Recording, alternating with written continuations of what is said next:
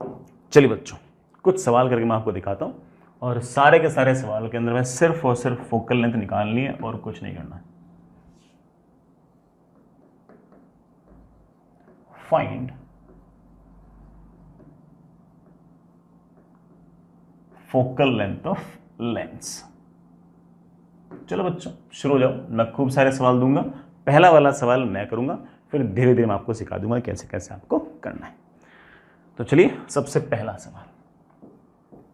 सबसे पहले वाले सवाल में ये वाली साइड भी कॉन्वेक्स, ये वाली साइड भी कॉन्वेक्स, बीच में एक ऐसा मीडियम जिसका रिफ्रैक्टिव इंडेक्स 4/3 है, ये वाला रेडियस ऑफ कर्वेचर 20 सेंटीमीटर।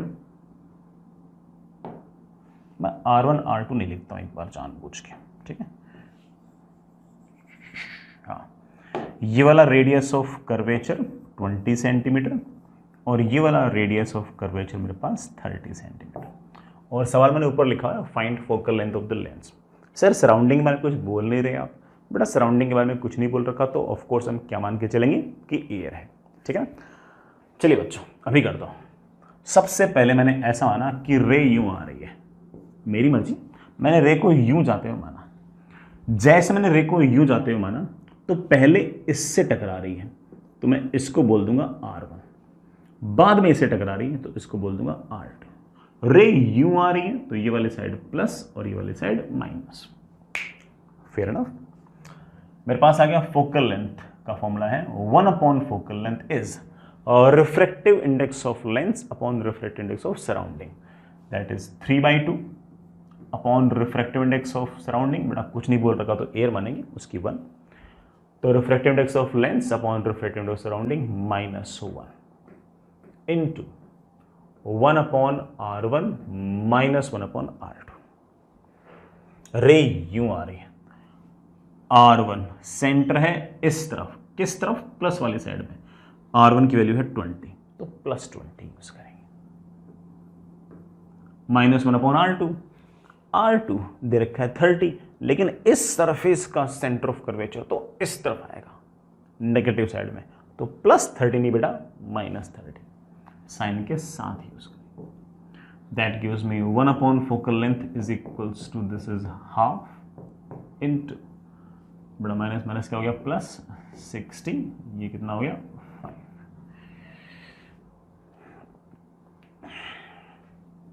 मेरे पास फोकल लेंथ की वैल्यू आ गई 24 सेंटीमीटर। सेंटीमीटर में आंसर छोड़ना कोई बुरी बात नहीं बेटा, सारे सेंटीमीटर में थे, फोकल लेंथ भी आपके सेंटीमीटर में आ गए। लेकिन कोई मुझसे पूछ ले कि सर पावर क्या है, तो पावर निकालने से पहले मुझे फोकल लेंथ को मीटर में लिखना पड़ेगा। पावर इज ऑलवेज 1/f, तो दैट इज 1/0.24 मीटर या फिर 100/24 मीटर, दैट इज 25/6।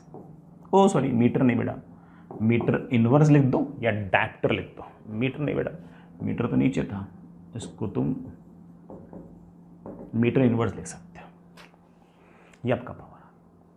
अब हो सकता है कोई बच्चा ये सोचे कि सर आपने रे को इधर से इधर आते हुए माना, सर जरूर थोड़ी कि ऑब्जेक्ट इधर पड़ा और रे यूं आ रही, सर उल्टा भी तो हो सकता है। हाँ बेटा बिल्कुल हो सकता है, तो सर वो क्यों निकाल रहे हैं? सर बेटा आंसर सही नहीं आएगा, कैसे कर लो, चाहे आप रे को इधर से इधर आते मान लो, चाहे आप रे को इधर से इधर आते मान लो, आपका आंसर एग्जैक्टली सही आएगा। मुझे लगता है तुम भरोसा नहीं कर रहे, चलो मैं करके दिखा देता हूँ। चलिए बच्चों मैं थोड़ा और कलर यूज कर लेता हूँ। मैं ऐसा मान रहा हूँ कि रे यूं आ रही है, जैसे ही मैंने रे यूं आते हुए मानी, रे पहले टकरा रही है इससे, तो मैंने इसको तो बोल दिया अब R1, इससे रे टकरा रही है बाद में, इसको मैंने बोल दिया R2। और हम हमारा फॉर्मूला यूज करते हैं अभी। 1 focal length is refractive index of lens upon refractive index of surrounding, that is air, -1 into 1/R1 -1/R2। रे आ रही है यूं, तो ये है R1, ये है R2।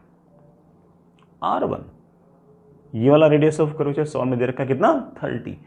अब जब रे आ रही है इस तरफ, तो अब अचानक से ये हो गया है प्लस और ये हो गया है माइनस, तो आपका R1 है 30, सेंटर है प्लस वाली साइड में, तो +30 -1/r2। अब ये हो गया आपका R2 नेगेटिव साइड में है क्योंकि बेटा रे आ रही है इस तरफ, तो अब ये वाले प्लस और ये वाली माइनस। R2 की वैल्यू कितने देर के सवाल के अंदर 20 नहीं बेटा -20। सॉल्व करते हैं वापस से बेटा आपकी फोकल लेंथ की वैल्यू आ गई है 24 सेंटीमीटर। तो एक ही सवाल मैंने आपको दो तरीके से करके सिर्फ और सिर्फ इसलिए दिखाया कि आपको आइडिया लग जाए इस बात का कि चाहे आप इधर से रे भेज दो चाहे इधर से रे भेज दो, फोकल लेंथ सेम आएगी। सर उन सवालों में तो नहीं आएगी जब बिल्कुल आपने शुरुआत में पढ़ाए थे बेटा, उस केस में इधर मीडियम और इधर मीडियम अलग था, तो वो वाली बात अलग थी। अदरवाइज इन जनरल बेटा आपका जो लेंथ होगा वो होमोजीनियस मीडियम के अंदर पड़ा होगा। उस केस में आप चाहे लेफ्ट से रे भेज दीजिए, आप राइट से रे भेज दीजिए, आपका फोकल लेंथ सेम ही आएगा। हाँ ये जरूर है कि बेटा जिस पर रे पहले टकराए उस सरफेस को R1 बोल देना, जिस सरफेस पर रे बाद में टकराए उसको R2 बोल देना, जिस तरफ रे जा रही है उसको प्लस बोल देना, जिधर से रे आ रही है उसको माइनस बोल देना। आपका आंसर एग्जैक्टली सेम आएगा। मैं हर सवाल में ऐसा करके नहीं दिखाऊंगा, लेकिन आप जरूर करना। जो साइन कन्वेंशन मैं लूं उसका अपोजिट साइन कन्वेंशन करके तुम सवाल को वापस से कर लेना, आपका आंसर और मेरा आंसर बिल्कुल मैच करेगा। ठीक है, इसी बहाने आपकी प्रैक्टिस भी जाएगी और तुम कन्विंस भी जाओगे, दोनों बातें रहेंगी।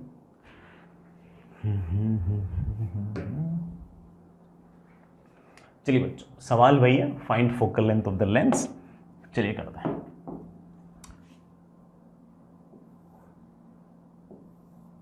ये रहा बेटा आपका प्लेनो कॉन्वेक्स लेंस, इसका रिफ्रैक्टिव इंडेक्स बेटा 3/2, ये रेडियस ऑफ कर्वेचर बेटा आपका 20 सेंटीमीटर। फोकल लेंथ निकाल ली। सर बाहर के बारे में कुछ नहीं बोल रखा बेटा, बाहर के बारे में मैंने इसलिए नहीं बोल रखा क्योंकि एयर मान लेंगे बंद। सर रे किधर से किधर जाते मानू बेटा, रे तुम ऐसे मान ले ऐसे मान ले, कोई फर्क नहीं पड़ता। अगर मैंने रे यूं जाते मानी तो ये वाले साइड प्लस, रे यूं जा रही तो पहले इससे टकरा रही है, तो ये आपका R1 हो गया और ये आपका R2 हो गया। क्या फॉर्मूला है? फॉर्मूला है 1/, focal length is refractive index of lens upon refractive index surrounding बेटा 1 है, -1 refractive index of lens upon refractive index surrounding, वो तो बेटा 1 है, लिखो ना लिखो क्या फर्क पड़ता है, -1 इंटू 1/R1 बेटा R1 है 20 प्लस का, -1/R2 बेटा R2 था इनफाइनाइट क्योंकि फ्लैट सरफेस है। अब इनफाइनाइट से पहले बेटा तुम चाहे प्लस लगाओ चाहे माइनस लगाओ कोई फर्क नहीं पड़ता, नीचे ना वो डिनोमिनेटर में, इसलिए तो ये वाली टर्म थोड़ा आपकी कैंसिल हो गई और मेरे पास आ गया 1/f is equals to half into 1/20। Solve करते ही फोकल लेंथ मेरे पास आ गई है 40 सेंटीमीटर। किसी ने अगर पावर पूछा तो दैट इज 1/f, लेकिन बेटा जब भी पावर पूछे ना तब फोकल लेंथ किस में लिखनी है, मीटर में लिखनी है, तो इसको आप 0.4 लिख देना, मीटर इनवर्स। बेटा मेरे ख्याल से 2.5 डायप्टर आ गया होगा, मीटर इनवर्स लिख दो या डायप्टर लिख दो, एक ही बात है। ये हमारा आंसर। आप बेटा उल्टा करना, रे को यूं जाते हुए मानना, ये वाले साइड प्लस और ये वाले साइड माइनस, आपका आंसर मैच कर जाएगा। लेकिन जब रे यूं आएगी तो पहले इससे टकराएगी तो इसको R1 बोल देना, इसको R2 बोल देना, आंसर विल मैच। अगला सवाल करते हैं बच्चे, थर्ड क्वेश्चन।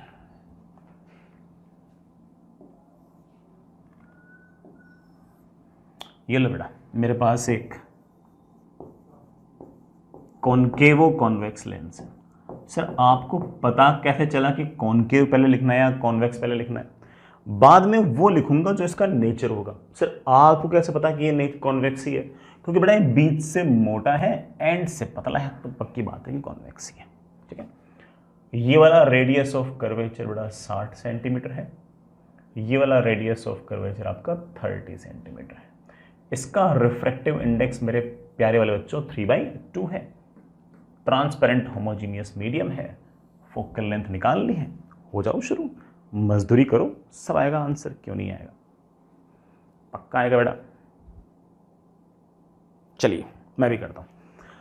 मैं रे को किधर से आते हो मानूं, जैसे आपकी इच्छा बेटा, रे चाहे लेफ्ट से राइट मान लो चाहे राइट से लेफ्ट मान लो, मुझे कोई फर्क नहीं पड़ता। चलो मैं इस बार रे इधर से आती मानता हूं। अगर रे यूं आ रही है तो ये वाले साइड प्लस और ये वाले साइड माइनस, जहां से रे आ रही है वो माइनस, जहां रे जा रही है बेटा वो प्लस। रे पहले टकरा रही इससे, तो ये वाले सरफेस हो गई है R1, इससे टकरा रही बाद में, तो इसको बोल देना R2। क्या फॉर्मूला लगाए बेटा? फॉर्मूला वही है, 1 upon focal length is refractive index of lens that is 3/2 upon refractive index of surrounding, कुछ नहीं बोल रखा तो एयर मानेंगे, -1 into 1 upon R1 -1 upon R2। Take your time, आराम आराम से।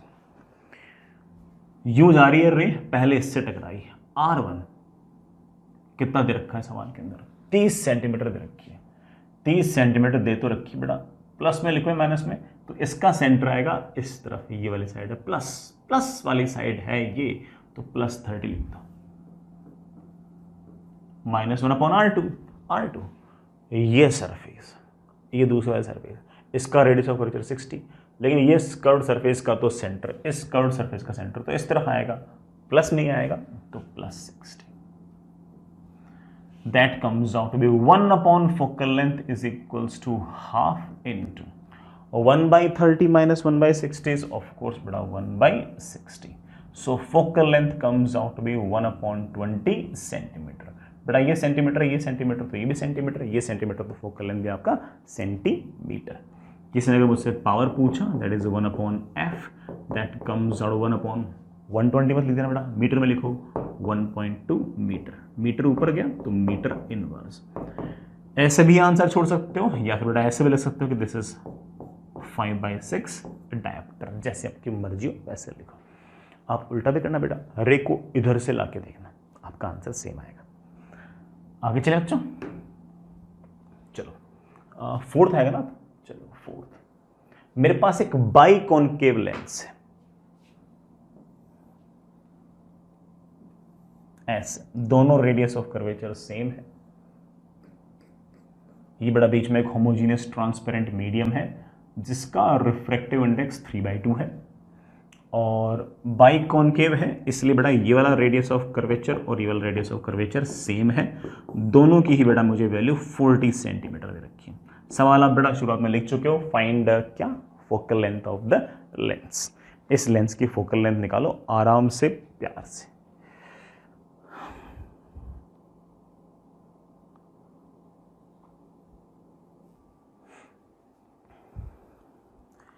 काफी आसान से बेटा इसको निकालना, आपका जैसा मन हो वैसे रेस को भेज दीजिए।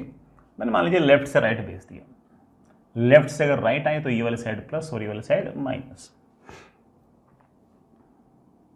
रे पहले इससे टकरा रही है तो मैंने इसको R1 बोल दिया, रे चलते चलते बाद में इसको टकरा रही तो मैंने इसको R2 बोल दिया, फिर ना मैं कह सकता हूं कि 1 upon focal length is equals to refractive index of lens upon surrounding. Surrounding बेटा कुछ नहीं बोल रखा तो एयर मान लेंगे, that is 3/2 upon 1 -1 into 1 upon R1 -1 upon R2।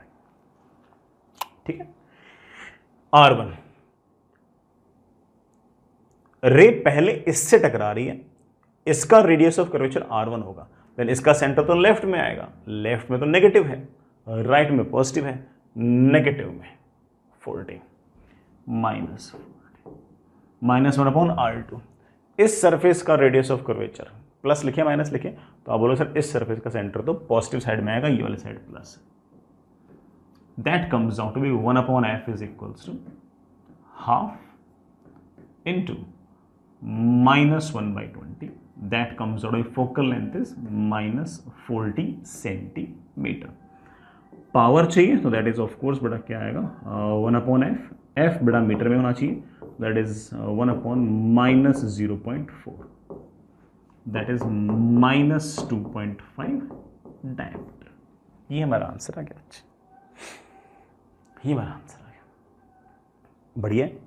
अगर मान लो मैं अगला सवाल बना रहा हूं, अगला सवाल मैं बनाने के लिए जानबूझ के थोड़ी अलग से लैंग्वेज यूज करने के मूड में हूं। मान लो बेटा कि मैंने इस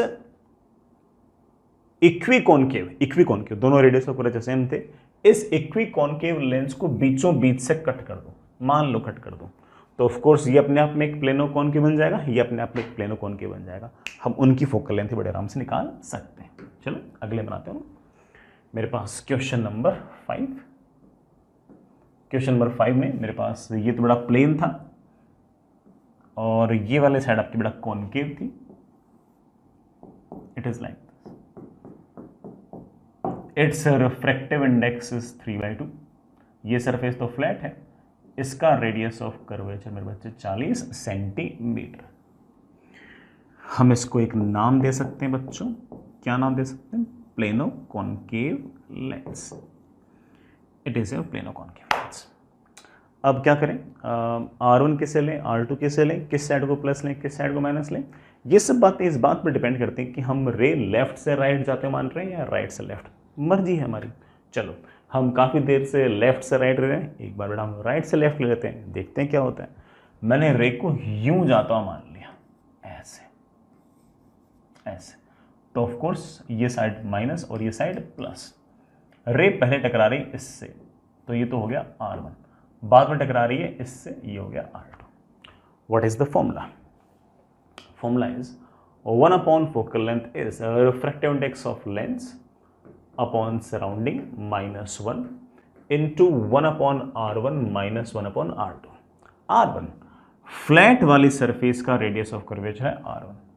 R1 बड़ा क्या होगा? फ्लैट सरफेस का radius of curvature infinite, -1/R2 बड़ा R2, ये रेडियस ऑफ कर्वेचर है 40। इसका सेंटर आएगा प्लस वाली साइड में, बड़ा प्लस इस तरफ है, माइनस इस तरफ है, तो +40। जैसे हमने बेटा इसको सोल्व किया, फोकल लेंथ की मेरे पास वैल्यू आ गई है -80 सेंटीमीटर। ये इक्वी कॉन्केव लेंस जब पूरा था तो मेरे पास फोकल लेंथ आ गई थी बड़ा -40 सेंटीमीटर। मैंने इसको बीचों बीच से कट कर दिया तो फोकल लेंथ जस्ट डबल हो गई है। फोकल लेंथ जस्ट डबल हो गई है तो ऑफकोर्स पावर जस्ट हाफ हो गई है। मैं आपसे पूछूं कि पावर क्या है, तो बेटा power is basically 1/f, that comes out by 1/, ये बेटा किस में लिखूं? मीटर में 0.8। आंसर में दें डायप्टर और मीटर इनवर्स जो आपको पसंद हो। इट कम्स आउट बाय -1.125 ना, सॉरी बेटा 1.25 डायप्टर। ये हमारा आंसर, बड़ा आसानी से कर लिया होगा। चलिए बच्चों एक दो सवाल और करते हैं। 6th, आपके पास इस तरह की कहानी बेटा,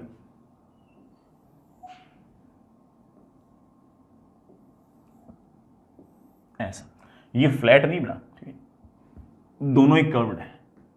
ये एक लेंस है जिसका रिफ्रैक्टिव इंडेक्स है 3/2।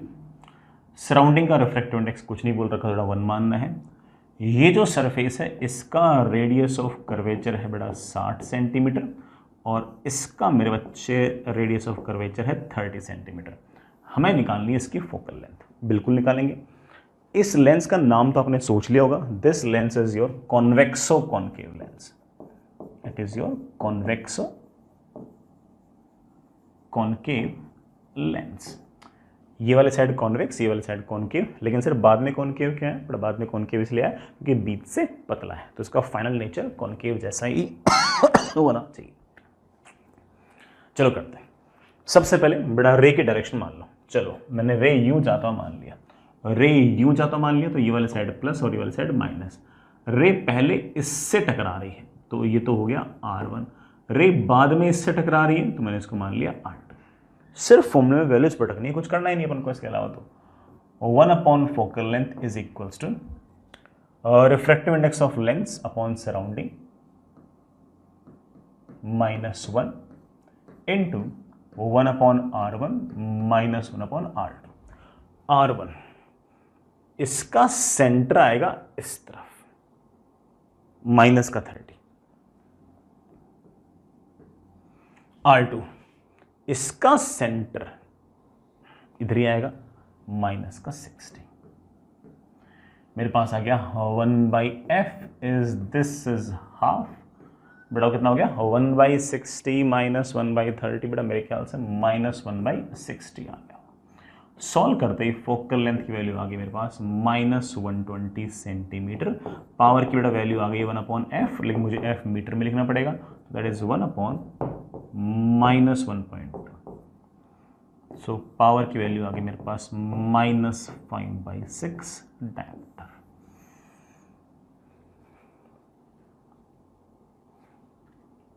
ये बेटा मेरे पास पावर आ गई। आई होप आप हल्के फुल्के कंफर्टेबल हो गए होंगे इन सब बातों को लेके। हालांकि आपने कुछ नोटिस किया, कि एयर में पड़े हुए, पिछले 6 सवाल को तुम बड़े आराम से नोटिस कर सकते हो। इसमें एक जनरल रूल बना सकता हूं कि कॉन्वेक्स लेंस की फोकल लेंथ तो पॉजिटिव आ रही है और कॉनकेव लेंस की फोकल लेंथ नेगेटिव आ रही है अगर वो एयर के अंदर पड़े हैं तो एक अच्छा सा पॉइंट है मेरे पास। चाहो तो आप लिख सकते हो, हालांकि हम इसको बाद में अलग से भी लिख सकते हैं, लेकिन फिर भी इन एयर और वैक्यूम जो भी आपका बेटा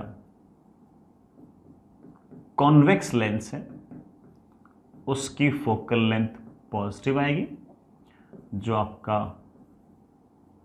कॉनकेव लेंस है उसकी फोकल लेंथ नेगेटिव आएगी। ठीक है, अच्छा रिजल्ट है, चाहो तो आप याद भी कर सकते हैं। आगे चलते हैं। नेक्स्ट सवाल खत्म नहीं हुए, नेक्स्ट इज क्वेश्चन नंबर 7, 7वां सवाल।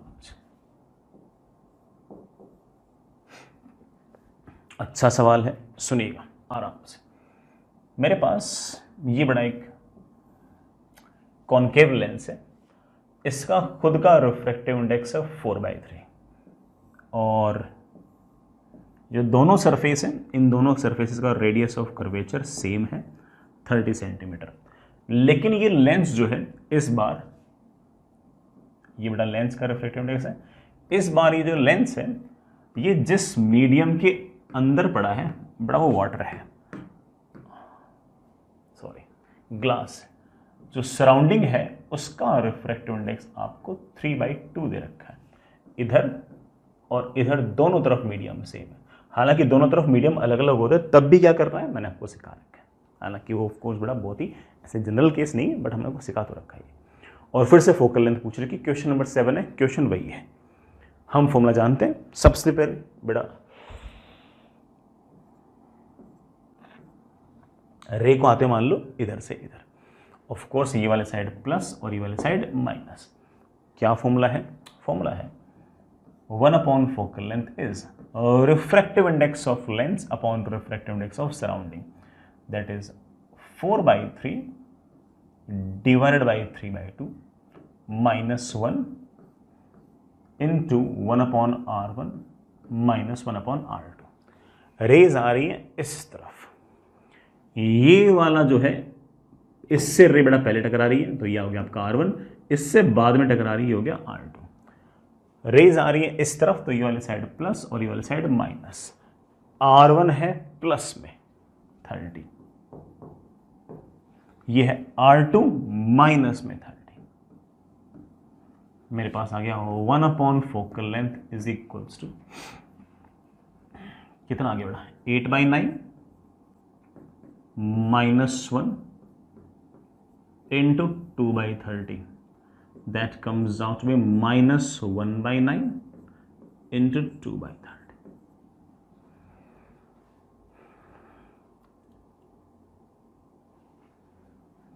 फोकल लेंथ बेटा मेरे पास आ गई है -135 सेंटीमीटर। फोकल लेंथ मेरे पास आ गई -1 बेटा वो 2 से 30 15 कैंसिल हो गया, 15 × 9 = 135। फोकल लेंथ मेरे पास आ गई -135 सेंटीमीटर। पावर अगर मुझे चाहिए होगा तो that is 1/f, that is 1/-1.35 dioptre. ये पावर आ गया अगर किसी को पावर चाहिए तो। सर आपने तो कहा था कि कॉन्वेक्स लेंस की फोकल लेंथ हमेशा पॉजिटिव होगी। मैंने कभी नहीं कहा, मैंने कहा कि कॉन्वेक्स लेंस की फोकल लेंथ एयर के अंदर पॉजिटिव। सर यहाँ पर नेगेटिव कैसे होगी? बेटा यहाँ पर नेगेटिव इसलिए हो गई, ये वाली टर्म तो कॉन्वेक्स लेंस की अब भी पॉजिटिव है। चेक कर बेटा, ये ज्योमेट्री वाली टर्म है ना, ये तो अब भी पॉजिटिव है, पहले भी पॉजिटिव थी अब भी पॉजिटिव है।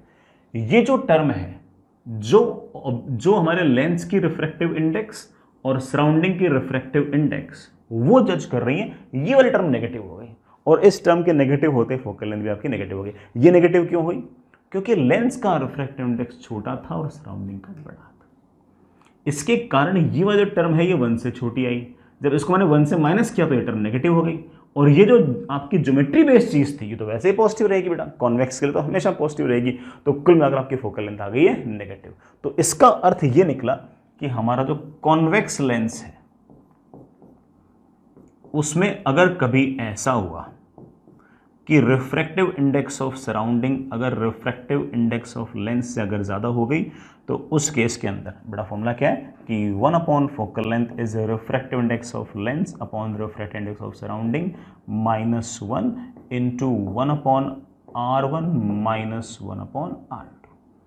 हम इस बात को देख चुके हैं कि कॉन्वेक्स लेंस के अंदर ही तो ज्योमेट्री जो डिसाइड कर रही है ये वाली टर्म तो हमेशा पॉजिटिव रहेगी, लेकिन अगर सराउंडिंग का रिफ्रैक्टिव इंडेक्स ज़्यादा हुआ और लेंस का कम हुआ तो सराउंडिंग का रिफ्रैक्टिव इंडेक्स अगर ज़्यादा और लेंस का कम तो ये वाला फ्रैक्शन जो होगा ये बेटा ये 1 से छोटा आएगा। इसमें से अगर 1 को माइनस करोगे तो ये वाली टर्म बेटा आपके पास क्या आएगी negative. Negative into positive will be negative, so in that case your focal length can be negative.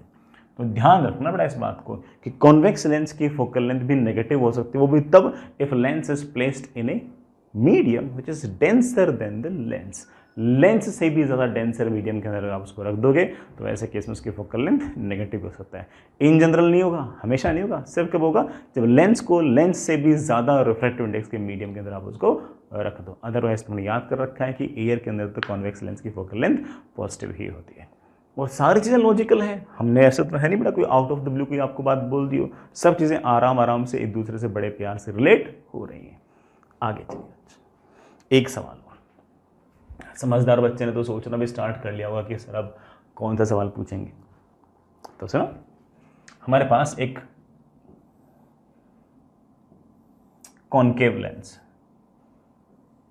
ऐसा कॉनकेव लेंस जिसका रिफ्रैक्टिव इंडेक्स 4/3 है, ये वाला रेडियस ऑफ कर्वेचर 20 सेंटीमीटर है, ये वाला रेडियस ऑफ कर्वेचर 30 सेंटीमीटर है और ये एक ऐसे मीडियम के अंदर पड़ा है, ये लेंस ऐसी सराउंडिंग के अंदर पड़ा है जिसका खुद का रिफ्रैक्टिव इंडेक्स 3/2 है।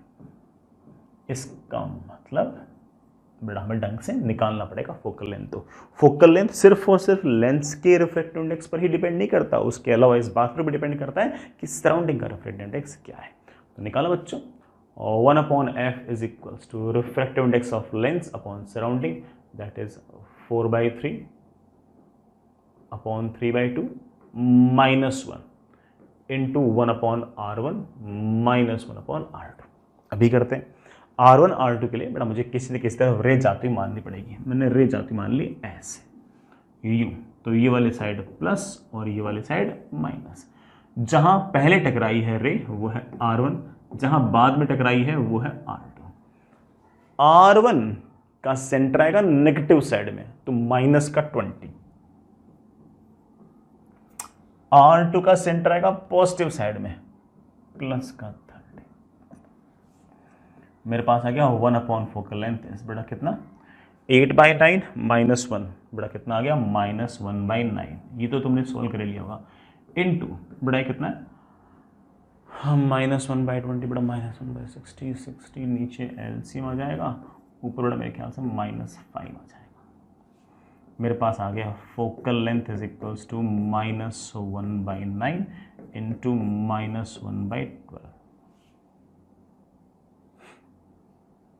मेरे पास फोकल लेंथ की वैल्यू आ गई प्लस, ये बड़ा सारे सेंटीमीटर तो ये भी आपका सेंटीमीटर, ये आपकी फोकल लेंथ आ गई प्लस में। सर कॉनकेव लेंस की फोकल लेंथ पॉजिटिव में? हाँ बेटा क्यों, क्या दिक्कत है? सर आपने तो कहा था कॉनकेव लेंस की फोकल लेंथ हमेशा नेगेटिव आएगी। मैंने बिल्कुल नहीं लिखाया, मैंने ये कहा था कि कॉनकेव लेंस की फोकल लेंथ एयर के अंदर जो है वो हमेशा नेगेटिव आएगी।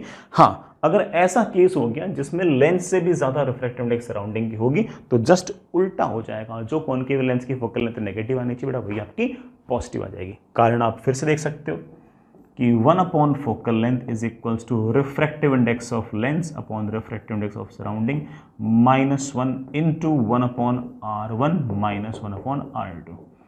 ये वाला सवाल और कॉनकेव के जो पिछले तीनों सवाल हैं उनको आराम से देख के आप इस बात को एनालाइज कर सकते हो कि कॉनकेव वाले केस में ये जो 1/R1 -1/R2 वाली टर्म है ये तो हमेशा ही नेगेटिव आई थी। ये वाली टर्म तो बेटा हमेशा ही क्या आई थी, नेगेटिव। जब लेंस का रिफ्रैक्टिव इंडेक्स सराउंडिंग से ज्यादा होगा, जब ज्यादा होगा तो ये वाला फ्रैक्शन 1 से बड़ा होगा, ये वाला फ्रैक्शन 1 से बड़ा होगा तो उसमें से 1 माइनस करोगे तो ये वाली टर्म क्या आएगी, पॉजिटिव। ये टर्म पॉजिटिव, ये टर्म नेगेटिव, तो फोकल लेंथ क्या आएगी आपकी, नेगेटिव। लेकिन यहां पर उल्टा हो गया यहां पर क्या हो गया कि लेंस की रिफ्रैक्टिव इंडेक्स कम है और सराउंडिंग की रिफ्रैक्टिव इंडेक्स ज्यादा है।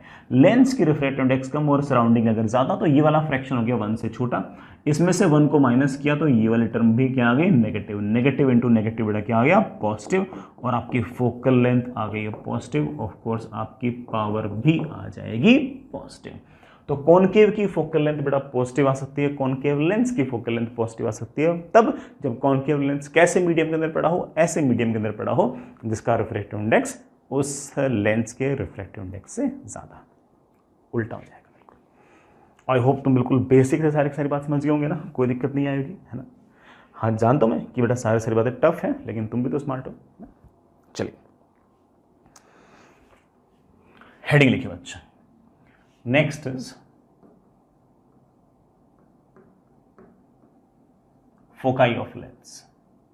बेटा foci is a plural of focus, एक से ज्यादा अगर फोकस होंगे तो बेटा मैं उसे फोकाई कहूंगा।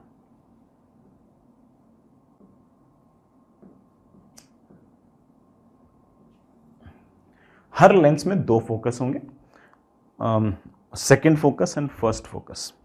सेकेंड फोकस पहले पढ़ा रहा हूं इसलिए पहले उसका नाम लिया, ठीक है। क्या क्या है बेटा वो फोकस, आराम आराम से देखना, चिंता मत करना। सबसे पहले मैंने बेटा एक लेंस लिया ऐसे,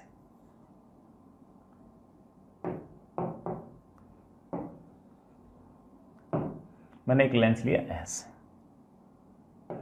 ये लेंस को रिप्रेजेंट करने का बड़ा तरीका भी है ना। आप पूरा लेंस मत बनाया करो, सिर्फ ऐसे एरोज बना दिया करो। ये रिप्रेजेंट करने का तरीका है जिसकी फोकल लेंथ पॉजिटिव हो। अक्सर फोकल लेंथ पॉजिटिव किसकी होती है, कॉन्वेक्स की। कॉनकेव की भी हो सकती है पॉजिटिव, कब, जब कॉनकेव लेंस कहां पड़ा हो, अपने से ज्यादा रिफ्रैक्टिव इंडेक्स के मीडियम में। तो मैंने एक बार के लिए बड़ा एक कॉन्वेक्स लेंस लिया है, सुनो। अच्छा मैं क्या डिफाइन कर रहा हूं बेटा, पहले मैं सेकंड फोकस डिफाइन कर रहा हूं। क्या है बेटा सेकंड फोकस, क्या है बेटा सेकंड फोकस। मैं लेंस पर ना पैरेक्शियल रेज डाल दूंगा, वो पैरेक्शियल रेज जहां पर इमेज बनाएगी बेटा that point is known as your second focus, that is known as your second focus. बेटा एक बात बोला,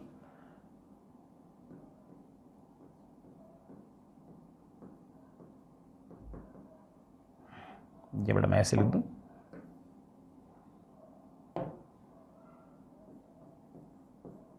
incident raise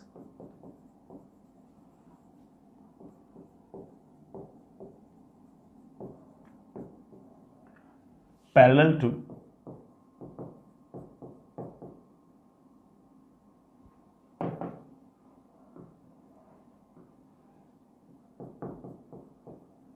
principal axis after a refraction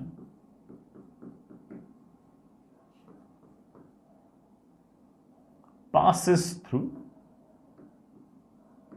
second focus, ठीक है। रिफ्रैक्शन के पैरेलल रेज भेज देंगे और वो बड़ा पैरेलल रेज रिफ्रैक्शन के बाद जहां से गुजरेगी उस पॉइंट को हम सेकंड फोकस बोल देंगे। ये मान लेते बड़ा हमारी प्रिंसिपल एक्सिस है और मैंने इस पर बड़ा कुछ ना कुछ रेज भेज दिए ऐसे, मैंने कुछ ना कुछ रेज भेज दिए इस तरह से, पैरेलल रेज किस पर,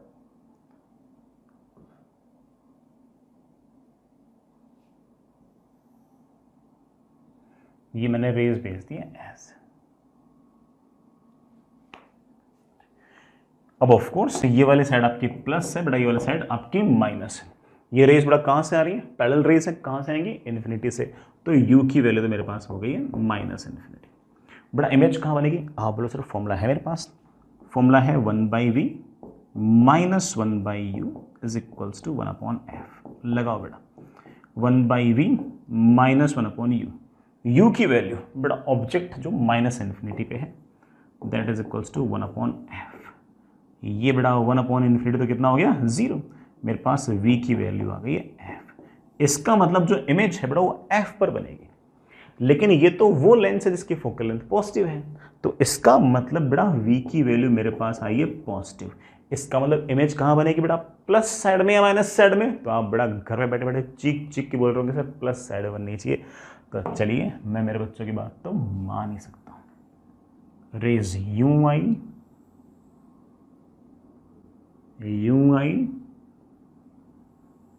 और यूं आई, और फाइनली आपकी जो इमेज है बेटा वो यहां गई। This point is known as your second focus. बेटा this point is known as your second focus. बेटा ये है हमारा सेकेंड फोकस। पैरेलल रेज किस पॉइंट पर मीट कर रही है रिफ्रैक्शन के बाद, this point is known as your second focus. और इसकी यहां से जो दूरी है बेटा, ये जो डिस्टेंस है, this distance is of course F. अगर आपको एफ के साइन वाइन से दिक्कत हो तो आप इसको मोड भी लगा सकते हो कि सर दूरी तो ये है। हालांकि बेटा फोकल लेंथ पॉजिटिव है, इसलिए मोड ना भी लगा दे तब भी आपका काम चल जाता। तो आपके किसी भी बेटा पॉजिटिव फोकल लेंथ जिस लेंस की होगी उसके लिए कहानी ऐसी होगी। एक चीज और, पैरेलल आती हुई रेज को कन्वर्ज कर दिया है, इसलिए इस तरह का जो लेंस होगा इसको हम नाम देंगे। प्यारे बच्चों क्या नाम दोगे इसको तुम? कन्वर्जिंग लेंस, क्योंकि इसने पैरेलल आती हुई रे को क्या कर दिया है? कन्वर्ज। कौन करेगा कन्वर्ज? जिसकी फोकल लेंथ पॉजिटिव होगी। फोकल लेंथ पॉजिटिव किसकी होती है? कॉन्वेक्स की भी हो सकती है, कॉनकेव की भी हो सकती है। इन जनरल कॉन्वेक्स की होती है, एयर के अंदर तो कॉनकेव की भी हो सकती है फोकल लेंथ पॉजिटिव। कब? जब वो कहां पड़ा हो? ऐसे मीडियम में जिसका रिफ्रैक्टिव इंडेक्स उस लेंस के रिफ्रैक्टिव इंडेक्स से ज्यादा हो। अदरवाइज आप कहोगे कि सर कन्वर्जिंग लेंस जो है वो इन जनरल को मेरे बच्चे हिंदी में क्या बोलेंगे? अक्सर।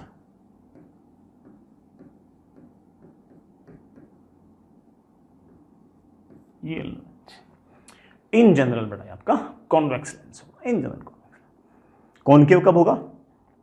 जब बेटा ऐसे मीडियम में पड़ा हो जिसका रिफ्रैक्टिव इंडेक्स उससे ज्यादा हो। तो चलिए यही सेकंड फोकस हम एक बार आपको ऐसे लेंस का बनाकर भी दिखाते हैं जिसका फोकल लेंथ नेगेटिव हो। तो चलिए अगले पेज पे चलो बच्चों, अगले पेज पे चलो।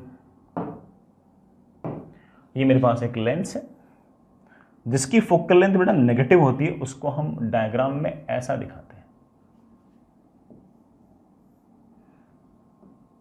इसकी फोकल लेंथ नेगेटिव है, ठीक है। In general focal length negative किसकी होती है? कॉनकेव की।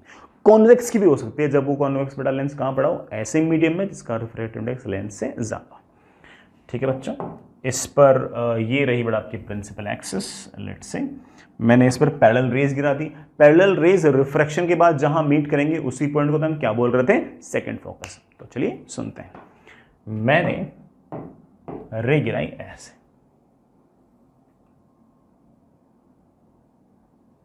ये बड़ा प्रिंसिपल एक्सिस के पैरेलल रेज आ रही है।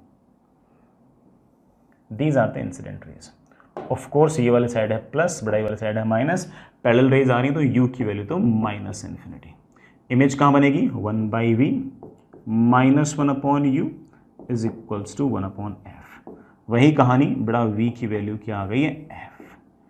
लेकिन f की वैल्यू बेटा इस बार पॉजिटिव है या नेगेटिव है? आप बोलो सर इस बार तो f की वैल्यू नेगेटिव है। इसका मतलब रेज रिफ्रैक्ट होने के बाद यहां नहीं मीट करेंगे, यहां मीट करेंगे। सर यहां मीट करेंगे तो क्या रेज यूं पलट कर आ जाएंगे क्या? अरे नहीं रे, ये तो आपके पास लेंस है जो ट्रांसपेरेंट है, जिसका काम रिफ्रैक्शन करना है। पलट कर तो तब आती जहां पर कोई मिरर लगा होता, रिफ्लेक्शन होता, तो ऐसे पलट कर तो आ ही नहीं सकती है। तो सर ऐसे पलट कर नहीं आ सकते तो यहां पर इमेज कैसे बन सकती है? याद करो, याद करोगे तो सब याद आएगा। इसका मतलब जरूर इस लेंस से रिफ्रैक्ट होकर रेज जो है वो यूं निकल गई है। जरूर वो रेज यूं निकल गई है, जरूर वो रेज यूं निकल गई है, ऐसे निकल गई। और इन रेज को अगर मैं थोड़ा थोड़ा पीछे की तरफ अगर एक्सटेंड करूं, इन रेज को अगर मैं थोड़ा थोड़ा पीछे की तरफ अगर एक्सटेंड करूं तो ये किसी न किसी पॉइंट से आते हुए मुझे दिखाई देंगी। जिस पॉइंट से बेटा ये आती हुई दिखाई देंगी,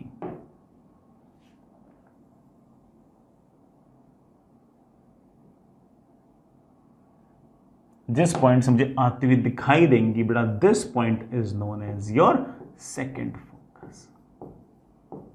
ले बेटा, किसी भी नेगेटिव फोकल लेंथ वाला जो लेंस है उसका सेकंड फोकस यहां पर होगा। बेटा ध्यान से देखना, पैरेलल आती हुई रेस को इस लेंस ने डाइवर्ज कर दिया है, इसलिए इस तरह के लेंस का हम एक नाम निकालेंगे स्पेसिफिकली बेटा, क्या?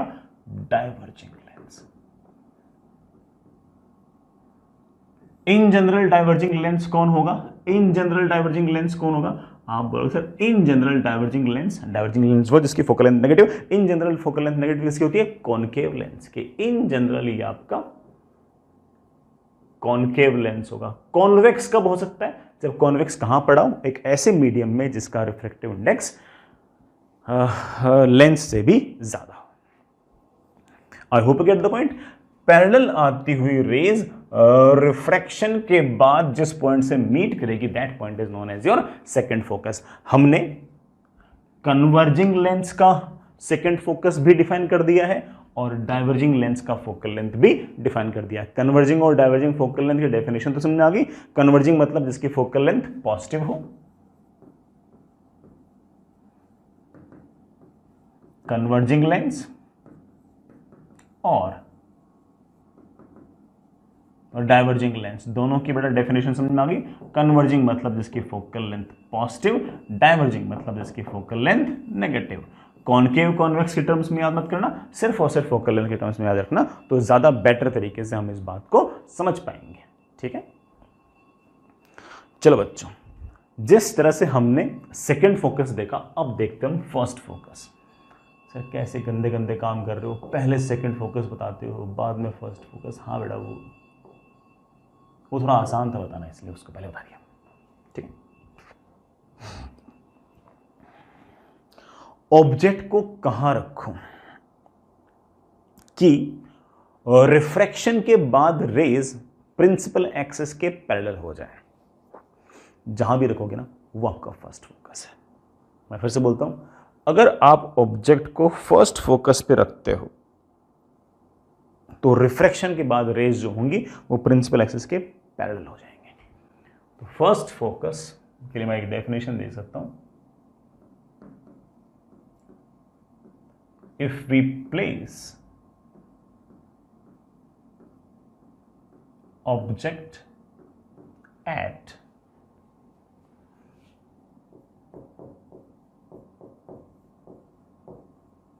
first focus after refraction, rays will get parallel to principal axis. बस दोनों के लिए करते हैं। पहले हमारा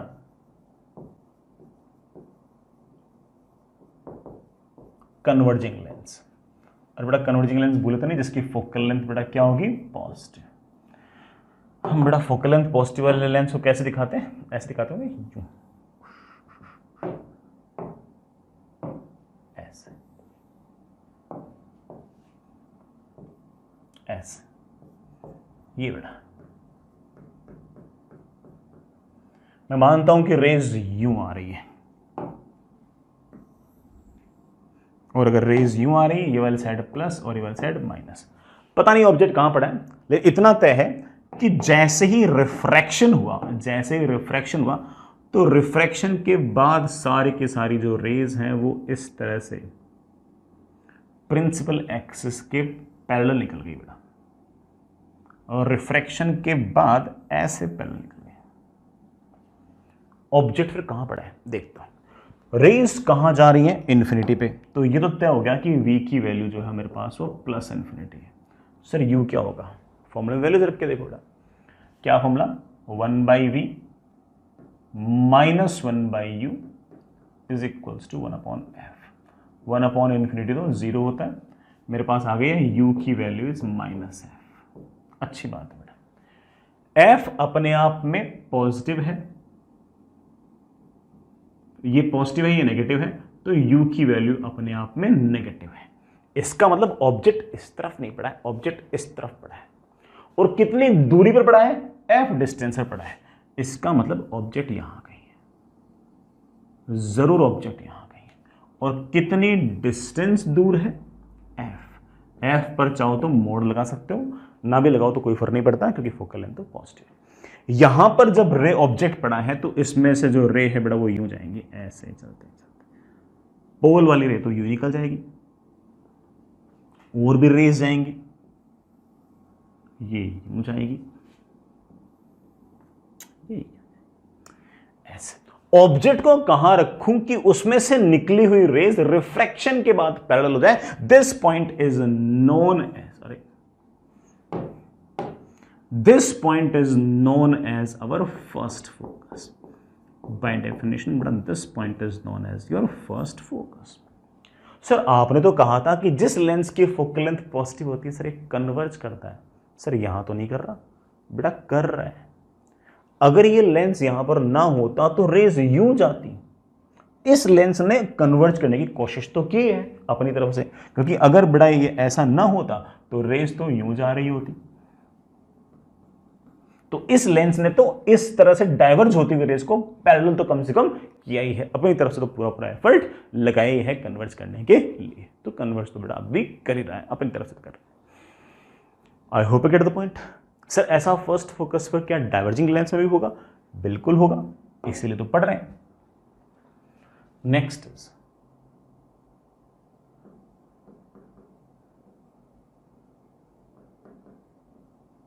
डाइवर्जिंग लेंस का फर्स्ट फोकस। देखते हैं बेटा, सबसे पहले डाइवर्जिंग लेंस बनाओ तो सही।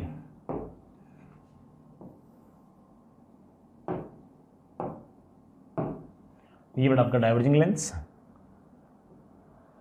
अब बेटा ऐसे दिखा सकते हो डाइवर्जिंग लेंस को यूं करके। इसकी फोकल लेंथ बेटा पॉजिटिव नहीं है, नेगेटिव है। सारी कहानी बेटा सेम ही है। ये रही आपकी प्रिंसिपल एक्सिस। क्या चाहते हो बेटा, ऑब्जेक्ट कहां रखूं कि रिफ्रैक्शन के बाद रेस पैरेलल हो जाए? तो इसका अर्थ तो ये निकला कि रिफ्रैक्शन के बाद जो रेस हैं वो प्रिंसिपल एक्सिस के पैरेलल मुझे भेजनी है। तो रेस मेरे ख्याल से मोर और लेस यूं जाएंगे।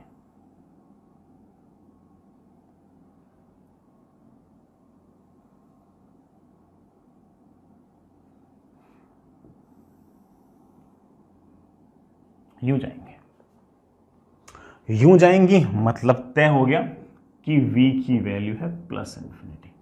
तो सर u क्या होगा अभी चेक कर लेते हैं। 1/v minus 1/u is equals to 1/f। बेटा तो 0 हो गया, मेरे पास u की वैल्यू आ गई है -f। f तो बेटा खुद ही नेगेटिव है, नेगेटिव और आ गया तो बेटा u की वैल्यू आ गई है पॉजिटिव। इसका मतलब ऑब्जेक्ट जो है वो पॉजिटिव साइड में होना चाहिए। रेज आ रही है यू, ये वाले साइड है प्लस, ये वाले साइड है माइनस। ऑब्जेक्ट यहां कैसे हो सकता है? याद करो याद करो याद करो। ऑब्जेक्ट का मतलब क्या होता है? Intersection of incident raise. क्या होता है बेटा? Intersection of incident raise. तो जरूर इंसिडेंट रेज ऐसे आई होंगी बेटा, चेक करना, आराम से रिलेट कर लोगे बेटा, बिल्कुल आराम से। जरूर इंसिडेंट रेज यूं आई होंगी, ऐसे आई होंगी, ऐसे आई होंगी, ऐसे आई होंगी। इन इंसिडेंट रेस को अगर मैं एक्सटेंड करूंगा एक्सटेंड करूंगा एक्सटेंड करूंगा तो किसी न किसी पॉइंट से मुझे वो आती हुई दिखाई देंगी।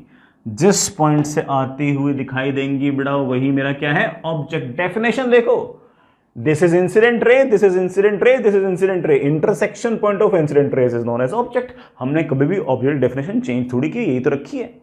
तो ये आपका ऑब्जेक्ट। और ये डिस्टेंस की जहां बेटा क्या ये पॉजिटिव साइड में पड़ा है? क्या बिल्कुल पॉजिटिव साइड में पड़ा है। और ये डिस्टेंस कितनी है? इस डिस्टेंस को f लिख दो। सॉरी बेटा, मोड ऑफ f लगा देना। सर मोड क्यों लगाऊं इस बार? बेटा इस बार मोड इसलिए लगा दो कि बेटा f की वैल्यू अपने आप में नेगेटिव है। दिस पॉइंट, ये वो पॉइंट है जहां पर ऑब्जेक्ट रखने पर, हालांकि हमने एक्चुअली रखी है, ऑब्जेक्ट डेफिनेशन ही है कि इंसिडेंट रेस का इंटरसेक्शन पॉइंट इज ऑब्जेक्ट। यहां पर अगर ऑब्जेक्ट है तो इमेज आपकी इंफिनिटी पे होगी। This point is known as, क्या नाम थोड़ा इसका? This point is known as our first focus. This point is known as our first focus. Simple.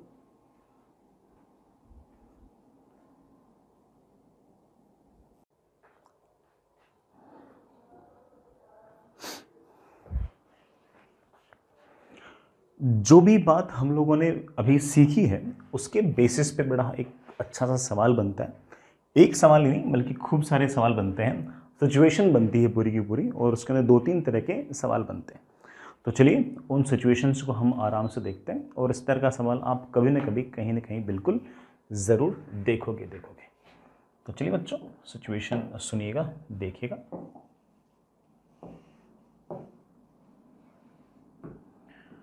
Situation ऐसी है कि आपके पास ये एक लेंस है, ये आपके पास लेंस है,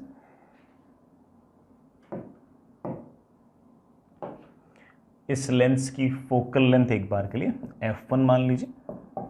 मैंने डायग्राम में ऐसे कॉन्वेक्स दिखा रखा है, मतलब कॉन्वेक्स मतलब क्या बेटा, कन्वर्जिंग दिखा रखा है। कन्वर्जिंग भी हो सकता है, डाइवर्जिंग हो सकता है, कोई बड़ी बात नहीं, ठीक है। और एक दूसरा लेंस और है, ये दोनों की प्रिंसिपल एक्सिस है। दूसरा लेंस यहां कहीं है, दूसरे लेंस की फोकल लेंथ f2 है, पहले की f1, दूसरे की f2। डायग्राम के हिसाब से मैंने ना दोनों को ऐसे कन्वर्जिंग लेंस दिखा रखा है, ठीक। अब मैंने क्या किया कि इस पूरे के पूरे दोनों लेंसेस के बीच में जो सेपरेशन है वो d रखा हुआ है,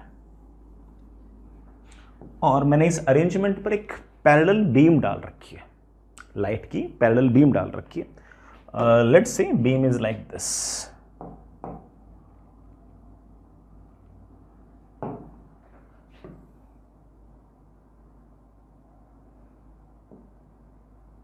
Let's say beam is like this.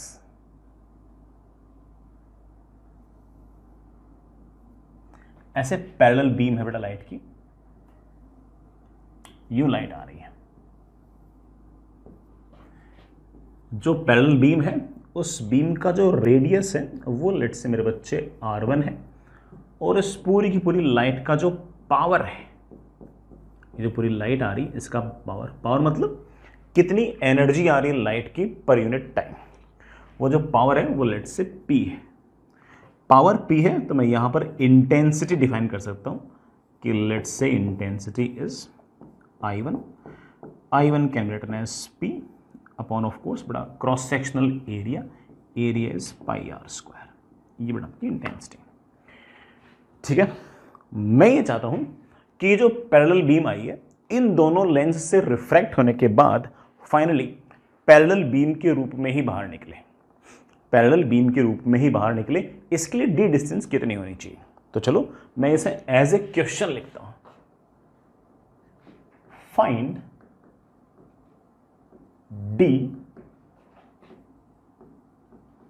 Such that final emergent beam, बड़ा एमरजेंट बीम मतलब सबसे फाइनल जो बीम निकल रही है वो is also a parallel beam, वो भी अपने आप में एक पैरेलल बीम ही होनी चाहिए। चलो सोचते हैं बेटा, सबसे पहले जो लाइट आई है पैरेलल आई है, प्रिंसिपल एक्सिस के पैरेलल आई है, तो रिफ्लेक्शन के बाद कहां से गुजरनी चाहिए?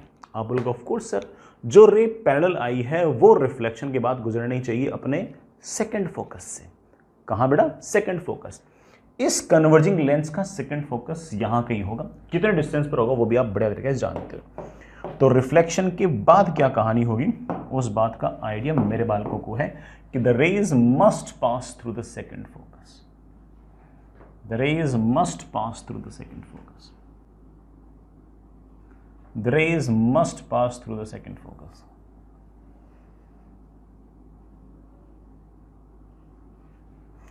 कि रिफ्लेक्शन के बाद जो रे है वो ऐसे सेकंड फोकस से पास होगी। Fair enough. This point is basically second focus of lens 1। ये मेरा लेंस 1 है, बड़ा ये ऑफ कोर्स आपका लेंस 2 है। लेकिन आप कहोगे सर फाइनल रे ये नहीं है, अभी तो एक बार रिफ्रैक्शन और होगा, अगली बार रिफ्रैक्शन होगा इस लेंस से। अब मैं क्या चाहता हूं, मैं ये चाहता हूं कि ये जो रे है ये फाइनली यू निकल जाए, पैरेलल बीम की तरह ऐसे निकल जाए। मेरा प्लान ये है कि किसी तरीके से ये रे ऐसे निकल जाए, ये रे ऐसे निकल जाए, पैरेलल बीम की तरह निकल जाए। लेकिन पैरेलल बीम की तरह निकल जाए ऐसा कैसे हो सकता है? ऐसा तभी हो सकता है, याद करो याद करो याद करो, इस लेंस के लिए this is incident ray, incident ray, incident ray, incident ray, incident ray, these are refracted rays. Refracted rays reflection के बाद प्रिंसिपल एक्सिस के पैरेलल हो गई है। ऐसा तभी होगा जब ऑब्जेक्ट कहां पर होगा, ऑब्जेक्ट होगा कहां होगा, कहां होगा, जब ऑब्जेक्ट होगा इस लेंस के फर्स्ट फोकस पे। तो this point should be first focus of lens 2। तो मुझे तो बहुत ही आराम से वाली बात समझ में आ गई है कि पैरेलल आती हुई बीम अगर मैं पैरेलल ही निकालना चाहता हूं तो पहले वाले लेंस का सेकंड फोकस और दूसरे वाले लेंस का फर्स्ट फोकस मस्ट कोइंसाइड, और इसके बाद ये जो बीम निकलेगी ये एक तरह से ऐसे पैरेलल बीम निकलेगी। पता नहीं इसका रेडियस कितना होगा, वो रेडियस भी हम कभी ना कभी निकाल लेंगे। अभी तो तुमने मेरे से सिर्फ और सिर्फ ये वाली डिस्टेंस पूछी है, डी कितनी होगी।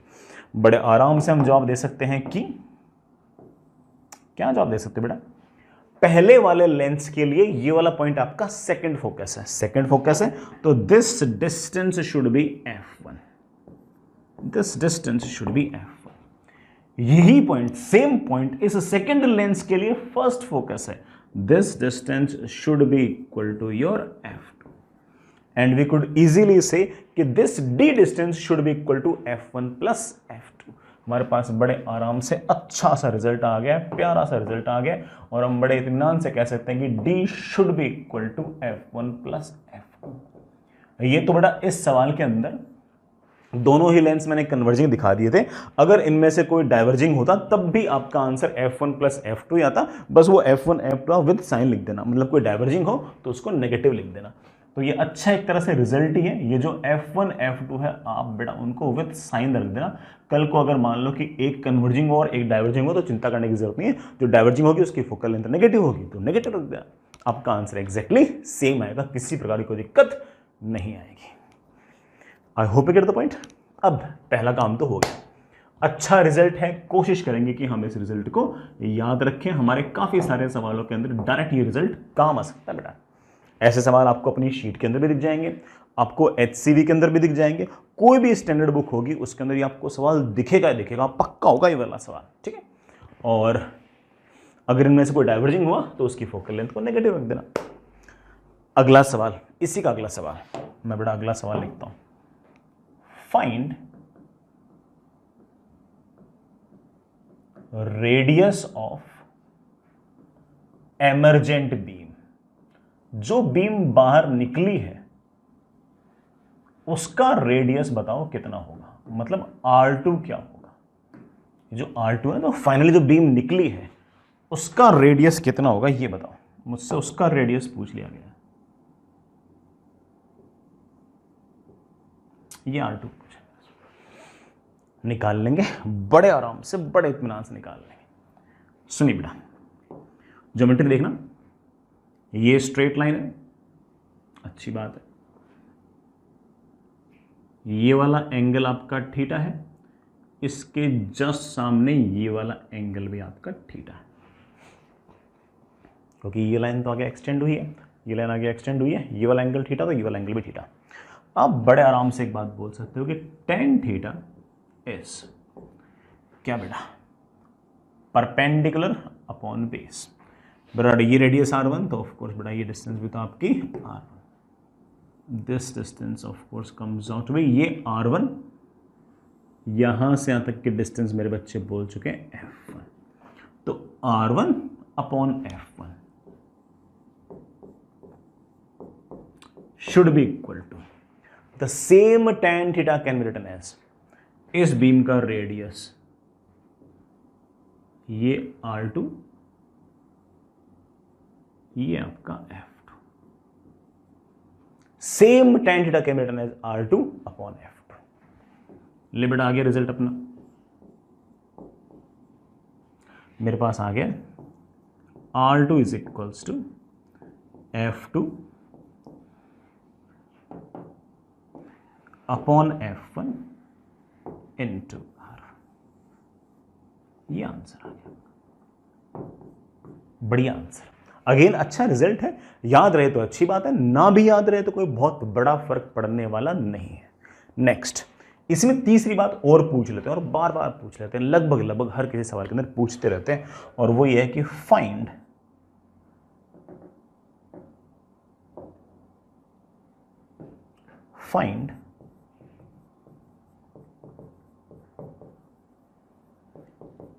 Intensity of emergent beam. जो बीम फाइनली निकली है उसकी इंटेंसिटी क्या होगी? जो बीम आई है उसकी इंटेंसिटी I1 है, उसकी इंटेंसिटी कितनी होगी? सोचते हैं बेटा।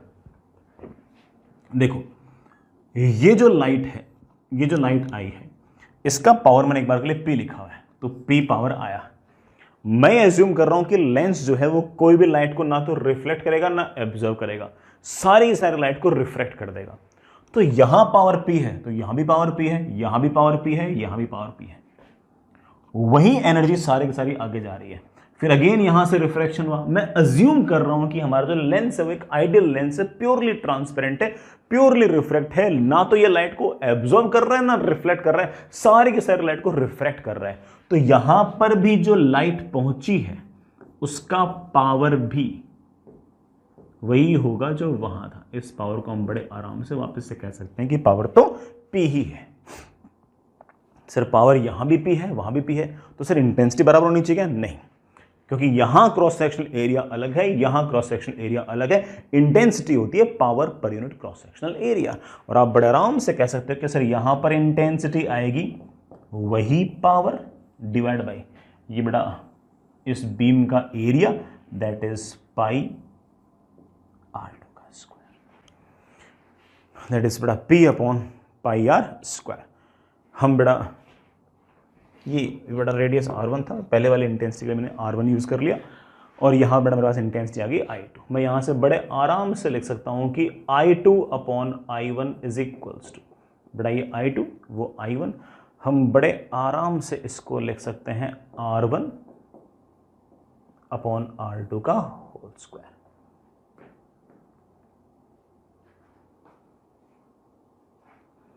और यहां से बेटा मेरे पास आ जाएगा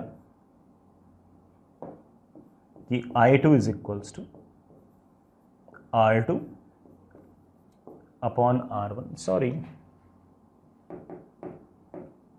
R1 अपॉन R2 का होल स्क्वायर मल्टीप्लाइड विद जो इंटेंसिटी एक्चुअली आई थी। ये R1 R2 में सवाल में दे थोड़े रखे हैं कि जो बीम आई है उनके रेडियस क्या है, ये तो हमने निकाले हैं। और R1 अपॉन R2 हम बड़े आराम से ले सकते हैं, बड़ा R1 अपॉन R2 हम क्या ले सकते हैं? F1 upon F2। तो हम इसको बड़े आराम से ले सकते हैं कि F1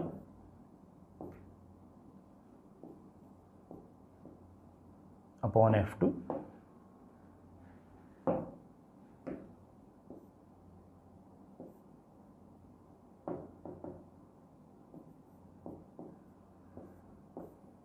का होल स्क्वायर इंटू I1।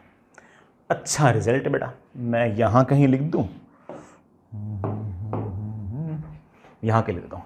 मेरे पास जो फाइनल बीम निकली है उसकी इंटेंसिटी आ गई है, फाइनल बीम जो आई बेटा उसकी इंटेंसिटी मेरे पास आ गई है F1 अपॉन F2 का होल स्क्वायर टाइम्स जो रे आपने गिराई है उसकी इंटेंसिटी क्या है। कोई याद रखने वाला रिजल्ट नहीं है। मुझे लगता है अगर हल्का फुल्का कोई रिजल्ट रखने वाला याद है तो बड़ा वो तो सिर्फ और सिर्फ D is equals to F1 plus F2, बाकी तुम खुद सोच सकते हो, कोई बहुत बड़ी ऐसी टास्क नहीं है।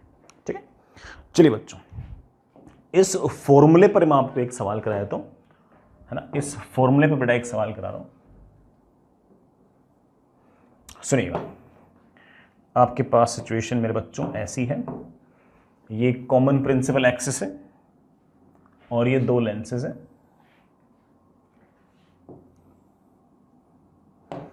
पहले वाले लेंस की फोकल लेंथ मुझे दे रखी है 20 सेंटीमीटर। ये दूसरा लेंस है, बड़ा ये डाइवर्जिंग है, इसकी फोकल लेंथ मुझे दे रखी है बड़ा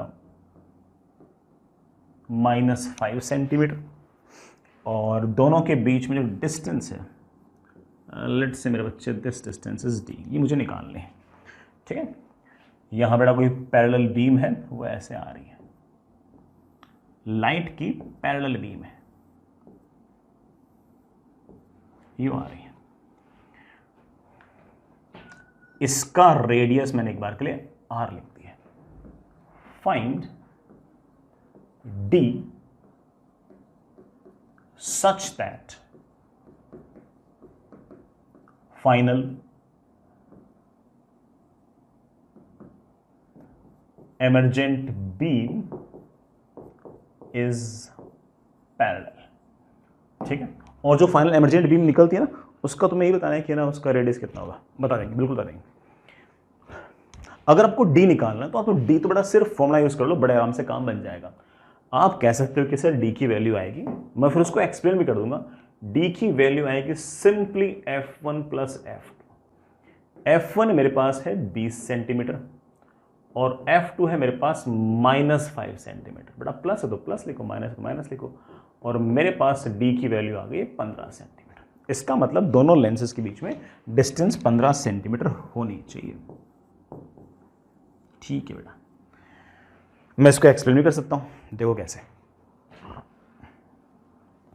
ये जो रे पैरेलल आई है, ये कहां जाएगी? ऑफ कोर्स सेकंड फोकस पे। इसकी फोकल लेंथ है 20 सेंटीमीटर, सेकंड फोकस होगा इससे 20 सेंटीमीटर आगे। तो रेज जो होंगी वो रिफ्लेक्ट होने के बाद, कैसे रिफ्लेक्ट होने के बाद यूं जाएंगे, ऐसे यूं।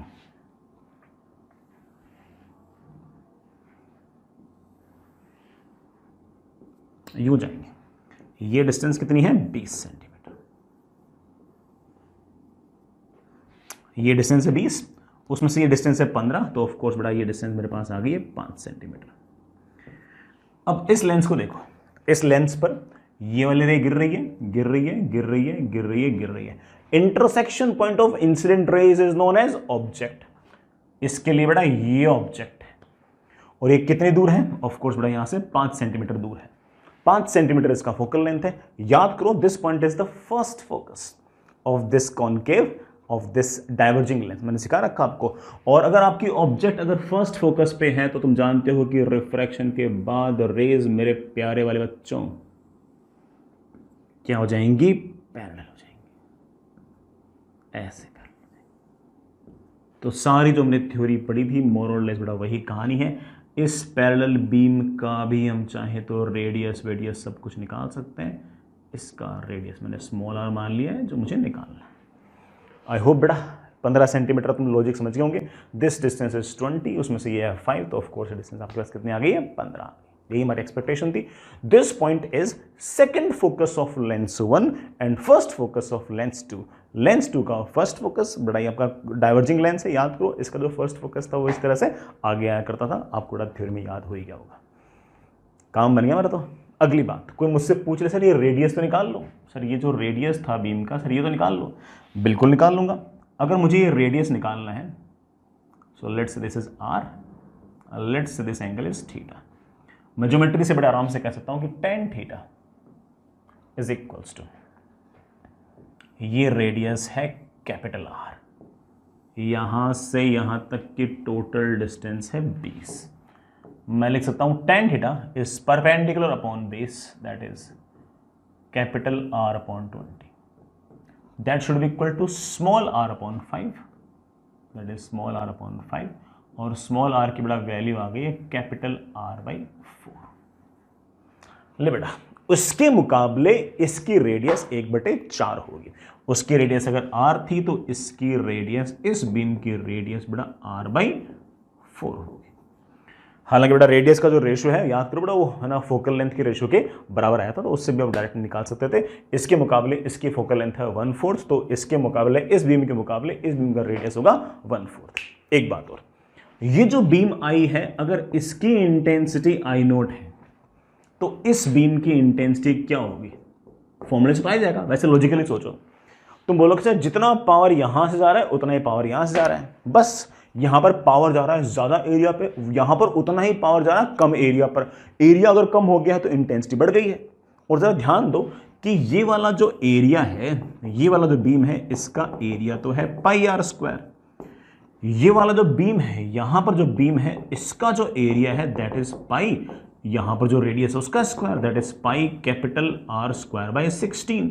तो मुझे ऐसा लगता है कि वहां पर जितना एरिया था इसके मुकाबले एरिया आपका 16 टाइम्स कम हो गया है।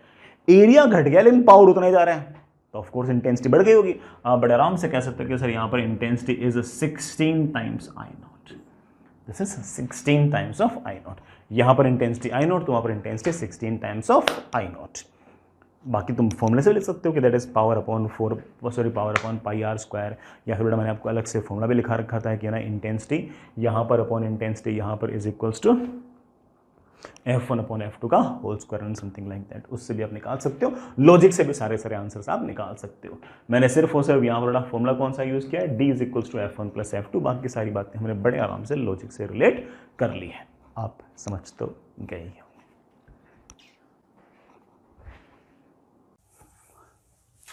चलिए बच्चों आगे चलते हैं।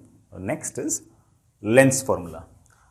लेंस फॉर्मूला, लेंस के केस में ऑब्जेक्ट और इमेज के जो एक्स कोऑर्डिनेट होते हैं उनको रिलेट करने की इक्वेशन है। हालांकि हम उस इक्वेशन को शायद मेरे ख्याल से पिछली क्लास से देख भी रहे हैं, बट हम उस पर सवाल करना भी अपन स्टार्ट करते हैं।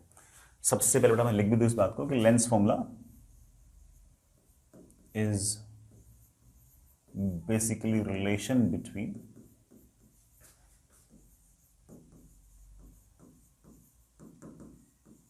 x coordinate of object and image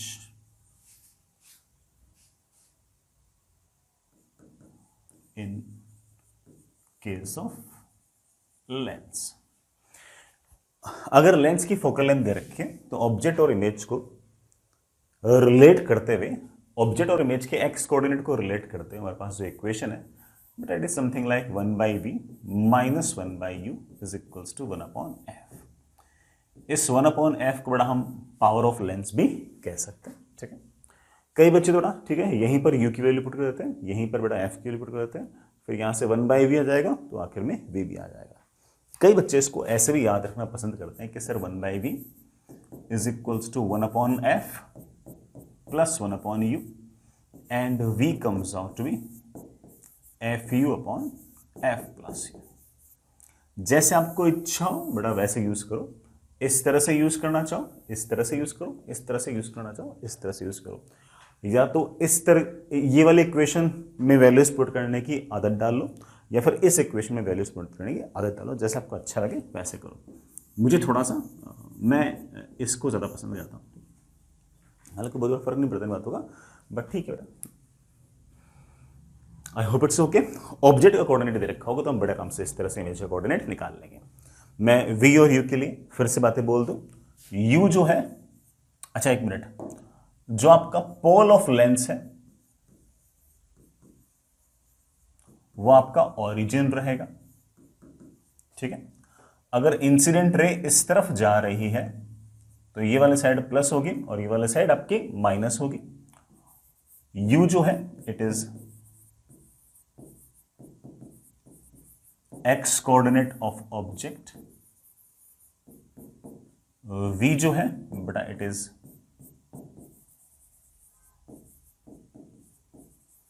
x coordinate of image, और जो बड़ा f है ये आपके लेंस की फोकल लेंथ है।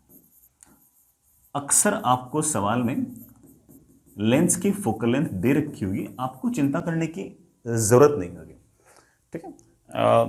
वैसे अगर ना भी दे रखी हो, लेंस का अगर रिफ्रैक्टिव इंडेक्स दे रखा हो और उस लेंस के अगर स्ट्रक्चर दे रखी हो, रेडियस ऑफ कर्वेचर दे रखी हो, तो फोकल लेंथ कैसे निकालते हैं मैंने आपको सिखा भी रखा है। एक बात है बेटा, मैंने आपको यह भी सिखा रखा है कि जो भी आपके कन्वर्जिंग लेंस होंगे उनके लिए फोकल लेंथ पॉजिटिव होगी, और जो आपके डाइवर्जिंग लेंस होंगे उनके लिए आपके लेंस की फोकल लेंथ नेगेटिव हो, ठीक है। इतनी सी बात ही आपको याद रखनी, इतनी सी बात याद रखने से अपना काम चल जाएगा, ठीक है। आई होप आगे मूव करें, चलेगा। नेक्स्ट इज, मैं कुछ सवाल पूछ रहा हूं, सवालों के अंदर मैं ऑब्जेक्ट के कोऑर्डिनेट दे दूंगा और मैं आपसे इमेज के कोऑर्डिनेट पूछूंगा। मैं अच्छे ही सवाल से शुरुआत कर रहा हूं, जानबूझ के इस तरह का सवाल मैंने लिया है। देखो कहानी बेटा कुछ ऐसी है कि मेरे पास ये एक कॉन्वेक्स लेंस है या फिर कन्वर्जिंग लेंस है जिसकी फोकल लेंथ 20 सेंटीमीटर है। इस पर कन्वर्जिंग रेज आ रही हैं। अगर इस लेंस में ना टकराती तो ये रेज जो है ये यहां पर 20 सेंटीमीटर पर आकर मीट करती। समझ गए इस बात को? ये लेंस है कन्वर्जिंग, इस पर कन्वर्जिंग रेज आ रही है। अगर लेंस यहां पर ना होता तो ये रेज यहां से 20 सेंटीमीटर दूर जाकर यहां कहीं मिलती, लेकिन बीच में लेंस आ गया तो रिफ्रैक्शन हो जाएगा और इस कारण से हो सकता है कि रेज यहां पर मीट ना करे रिफ्रैक्शन के बाद। रिफ्रैक्शन के बाद रेज जहां मीट करेंगी वो वाला पॉइंट हमारा एक्चुअली पोजीशन ऑफ इमेज हो जाएगा। सवाल में पूछा भी है कि फाइंड पोजीशन ऑफ इमेज, आराम से बताएंगे। सबसे पहले ये जो पॉइंट है ये बड़ा हमारे लेंस का पोल है। रेज आ रही है यूं, पोल तो ओरिजिन है, उसके एक तरफ नेगेटिव एक तरफ पॉजिटिव। रेज अगर यूं आ रही है तो ये वाले साइड पॉजिटिव, ये वाले साइड नेगेटिव।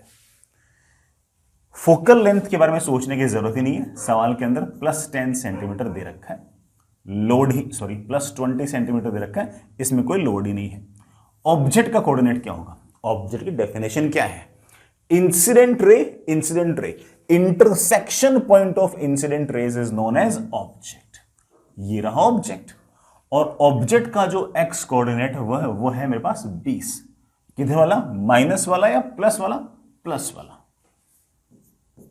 ऑब्जेक्ट का एक्स कोऑर्डिनेट है 20, प्लस वाला। हालांकि मैं जानता हूं कि यहां पर एक्चुअल में इंसिडेंट रेज मीट नहीं कर रही है, इसलिए ऑब्जेक्ट जो है वो आपकी ये वर्चुअल है, जो ऑब्जेक्ट बेटा आपकी वर्चुअल है। सर इमेज कहां बनेगी? मेरे पास फॉर्मूला है बेटा, v is equals to F U upon F plus U. F है बेटा 20, यू है बेटा 20 upon U plus F, that comes out to be 10 centimetre. 10 centimetre plus में है माइनस में है? प्लस में। इसका वाला इमेज जो है वो प्लस वाली साइड में 10 सेंटीमीटर पर इमेज बनेगी।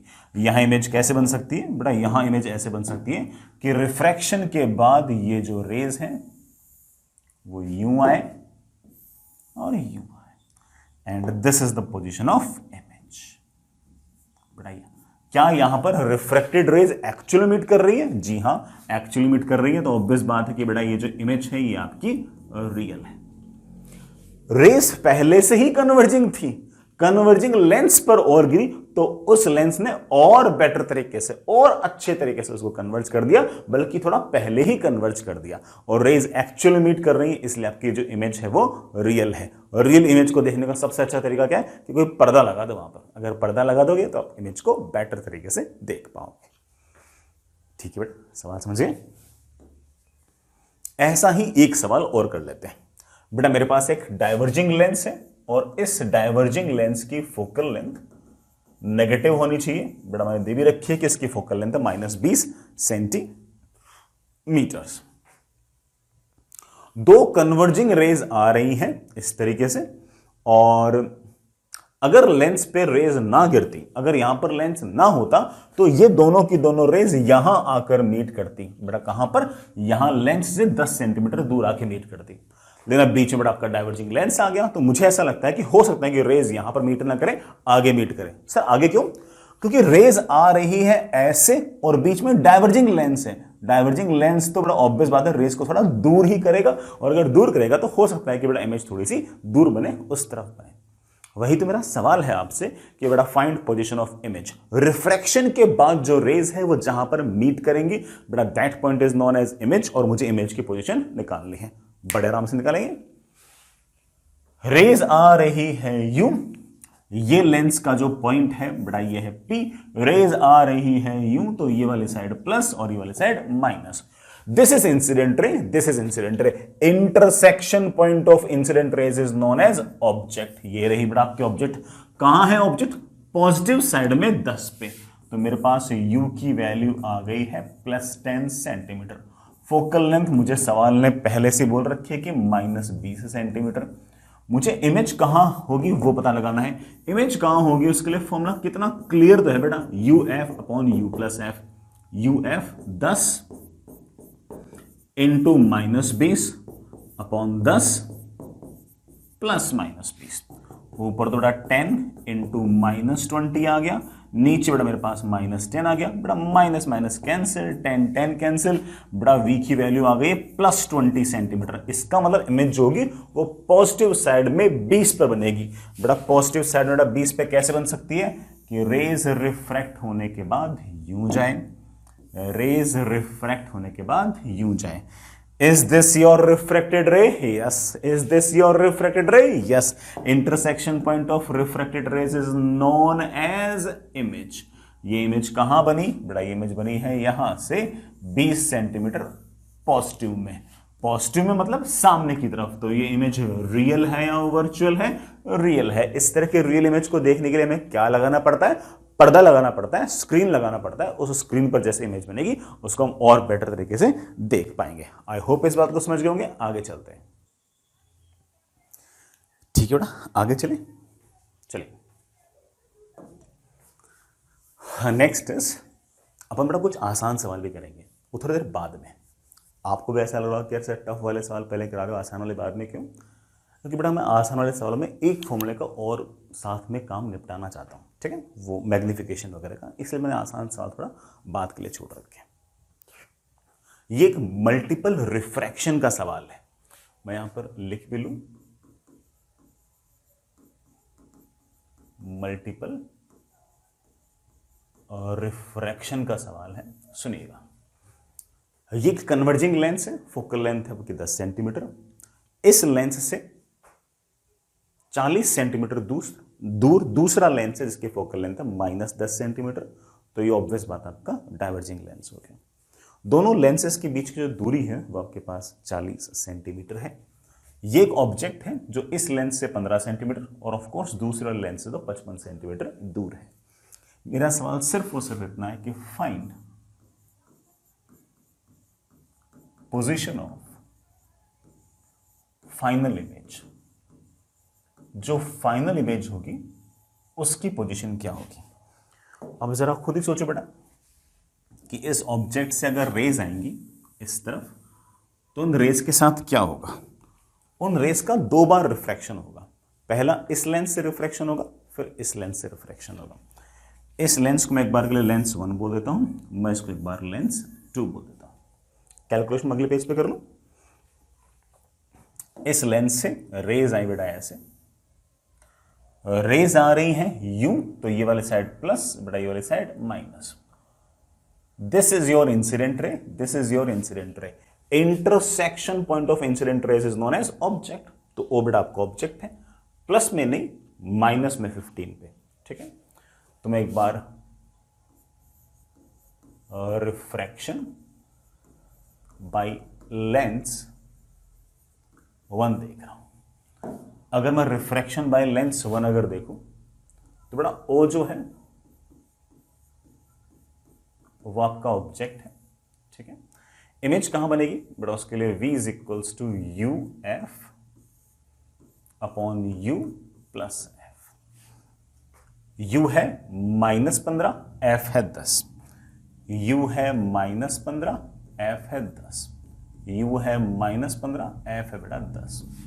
ऊपर तो आ गया बेटा -15 इंटू 10, नीचे मेरे पास आ गया -5। माइनस माइनस बेटा cancel, that comes out with 30 centimetre. इसका मतलब पहले लेंस से रिफ्रैक्शन के बाद जो इमेज होगी वो +30 सेंटीमीटर बनेगी इधर की तरफ, ये माइनस। तो रिफ्रैक्शन के बाद जो रेज है वो यहां कहीं जाए। This will be the image, this will be the image. मैं इसको I1 बोल दूं। ये इमेज यहां से 30 सेंटीमीटर दूर है। टोटल डिस्टेंस बेटा 45 थी, तो ऑफ कोर्स ये डिस्टेंस आपके पास 15 सेंटीमीटर है। अब ध्यान देना बेटा, दूसरे लेंस पर एक रे यूं आ रही है और एक रे यूं आ रही है। दूसरे लेंस पर this is your incident ray, this is your incident ray. Intersection point of incident rays is known as object.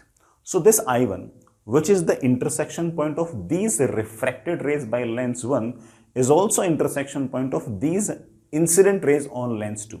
इसका मतलब लेंस 2 के लिए I1 is acting like an object. तो आप ऐसा कह सकते हो कि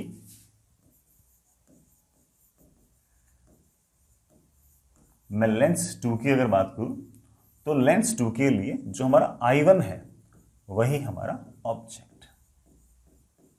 इट्स ओके. गौर करना बेटा, रेज आ रही हैं यू. अब मैं इस पॉइंट को बोल दूंगा कि ये वाला पॉइंट तो आपका पोल है. रेज आ रही है यू, ये वाले साइड प्लस और ये वाले साइड माइनस. ऑब्जेक्ट का कोऑर्डिनेट है माइनस में 15. तो बड़े आराम से कह दूंगा कि ऑब्जेक्ट का कोऑर्डिनेट है माइनस में 15, तो यू की वैल्यू मेरे पास -15. आगे तुम फॉर्मूला जानते हो बेटा, v is equals to U F upon U plus F. U F, F बड़ा -10 है ना, हाँ -10 अपॉन यू बड़ा माइनस माइनस प्लस हो जाएगा 15 इंटू 10 अपॉन -25. बड़ा 5 से बड़ा ये गया 3, बड़ा 5 से गया 2. बड़ा मेरे ख्याल से -6 आंसर आ गया. -6 का मतलब इमेज कहाँ बनी है? -6 का मतलब इमेज इस तरफ नहीं, नेगेटिव साइड में बनी है. वो भी कहाँ पर? 6 पर. ये लीजिए बेटा, आपकी इमेज यहाँ की. सर यहाँ की इमेज कैसे बन सकती है? बेटा यहाँ की इमेज ऐसे बन सकती है कि ये वाली रे तो यूं ही चली जाए और जो दूसरी वाली रे है ये यूं चली जाए. ये वाली रिफ्रैक्टेड रे और ये वाली रिफ्रैक्टेड रे कहीं पर भी मीट नहीं करेंगे. इसको पीछे की तरफ एक्सटेंड कर दो, इसको भी पीछे की तरफ एक्सटेंड कर दो. तो यहाँ कहीं अगर कोई आई होगी, बड़ा कोई आंख होगी, तो उस पर ये दोनों रिफ्रैक्टेड रेज गिरेंगी और ये रिफ्रैक्टेड उसे कहाँ से आती हुई नजर आएंगे? I2 से आती हुई नजर आएंगे. तो फाइनल इमेज जो होगी वो आपकी यहाँ कहीं होगी 6 सेंटीमीटर दूर. क्या ये वाली रिफ्रैक्टेड रे और ये वाली रिफ्रैक्टेड रे एक्चुअल मीट कर रही है क्या? आप बोलो नहीं सर एक्चुअल मीट नहीं कर रही है. तो ऑब्वियस बात है कि ये जो I2 है ये आपका रियल नहीं है, ये आपका वर्चुअल. ठीक है प्यारे बच्चों, कैलकुलेशन बढ़िया लगी होगी. अच्छा सवाल. थोड़ा इस तरह की वर्चुअल इमेज को देखने के लिए आपको कोई स्क्रीन वगैरह पर लगाने की जरूरत नहीं है. आपकी आंखों पर डायरेक्ट ये रिफ्लेक्टेड रेज आ जाएंगे और आपको ऐसा प्रतीत होगा, आपको ऐसा फील होगा कि ये जो रेज है ये यहाँ से आ रही है. यहाँ से मतलब लेंस से 6 सेंटीमीटर पीछे से आ रही है. ठीक है, आगे चलते हैं. ठीक है बेटा, मेरे ख्याल से समझ होंगे इस बात को. ऐसा सा ही एक सवाल और कर लेते हैं, बिल्कुल सेम टू सेम, बस मैं सेपरेशन चेंज कर रहा हूँ दोनों लेंसेज के बीच में. ये पहला वाला लेंस बेटा आपका कन्वर्जिंग लेंस है, फोकल लेंथ 10 सेंटीमीटर. ये दूसरा लेंस डाइवर्जिंग है, इसकी फोकल लेंथ -10 सेंटीमीटर. इस बार दोनों लेंसेज के बीच की जो दूरी है वो आपके पास 25 सेंटीमीटर है. मैं इसको एक बार के लिए लेंस 1 बोल देता हूँ, मैं इसे एक बार के लिए लेंस 2 बोल देता हूँ. यहाँ कहीं ऑब्जेक्ट पड़ी है इस लेंस से 15 सेंटीमीटर और इस लेंस से ऑफकोर्स 40 सेंटीमीटर दूर. इस ऑब्जेक्ट से जो रेज आएंगी उसका रिफ्रैक्शन बड़ा ऑफकोर्स 2 बार होगा, लेंस 1 से और लेंस 2 से. लेंस 1 से रिफ्रैक्शन के बाद जो इमेज बनेगी वो ऑब्वियस बात है कि लेंस 2 के लिए एक तरीके से ऑब्जेक्ट की तरह काम करेगी, जैसे हमें पहले से पता है. और हमें फाइनल जो इमेज है उसकी पोजीशन निकालनी है. मैंने सवाल लिखा हुआ भी है कि find position of final image. ठीक है बेटा, चलिए इस ऑब्जेक्ट से रेज निकालते हैं. ऑब्जेक्ट से रेज आएंगी यूं, ऐसे रेज आएंगी. इस लेंस 1 के लिए ऑब्वियस बात है कि बेटा ये आपका पोल है, रेज आ रही है इस तरफ, तो ये वाले साइड प्लस और ये वाले साइड आपके पास माइनस. ऑब्जेक्ट का कोऑर्डिनेट है -15. तो सबसे पहले मैं रिफ्रैक्शन बाय लेंस 1 कर रहा हूं. u की वैल्यू जैसे मैंने आपको बताया कि -15 है, मुझे v निकालना है. v is equals to U F upon U plus F. U F upon U plus F. U F upon U plus F. कोई दिक्कत नहीं ना? माइनस माइनस कैंसिल, बेटा मेरे ख्याल से 30 आ गया होगा. इसका मतलब पहले लेंस से जो इमेज बनेगी बेटा वो 30 सेंटीमीटर दूर बनेगी. पहले लेंस से जो इमेज बनेगी बेटा वो 30 सेंटीमीटर दूर बनेगी. ठीक है, नॉट एन इश्यू। इस लेंस से बेटा रेज रिफ्रैक्ट होने के बाद इमेज 30 पर बनाएगी। इसका मतलब ये रेज रिफ्रैक्ट होने के बाद यहाँ कहीं मिलेंगे, यहाँ कहीं मिलेंगे, क्योंकि 25 ये है और कहाँ मिलनी चाहिए 30 पे। तो अगर रेज जाती जाती जाती जाती, अगर ये लेंस बीच में नहीं आता तो 30 पे मिल जाती। अगर ये लेंस बीच में नहीं आता तो रेज बेटा ऐसे 30 पर मिल जाती। लेकिन बीच में लेंस आ गया, कोई बात नहीं, ऐसे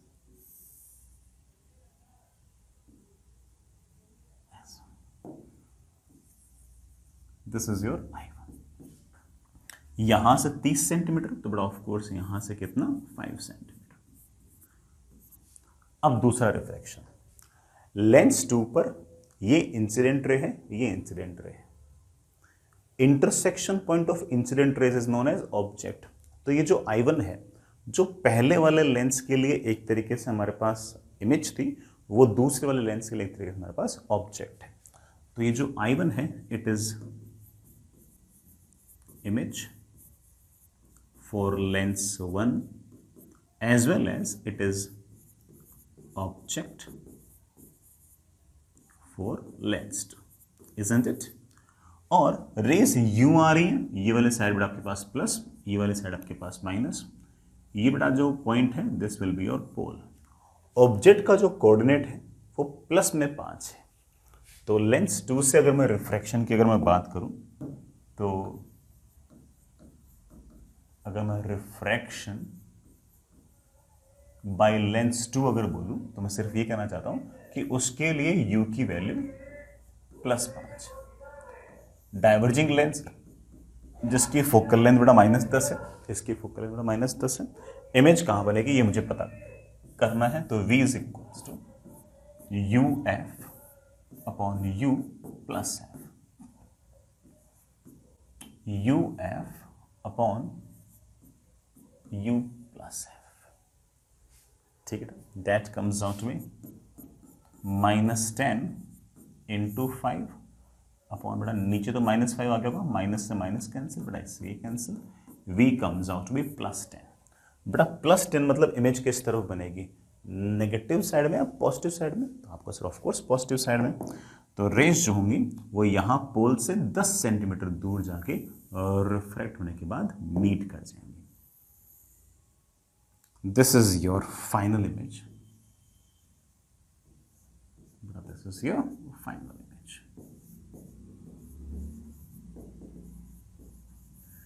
ठीक है ना, this is your final image. मुझे पर्सनली है ना ये कॉम्बिनेशन ऑफ लेंसेज जो ना, कि एक लेंस से इमेज बनी वो दूसरे के लिए ऑब्जेक्ट, ये कॉन्सेप्ट पर्सनली मुझे बहुत पसंद है।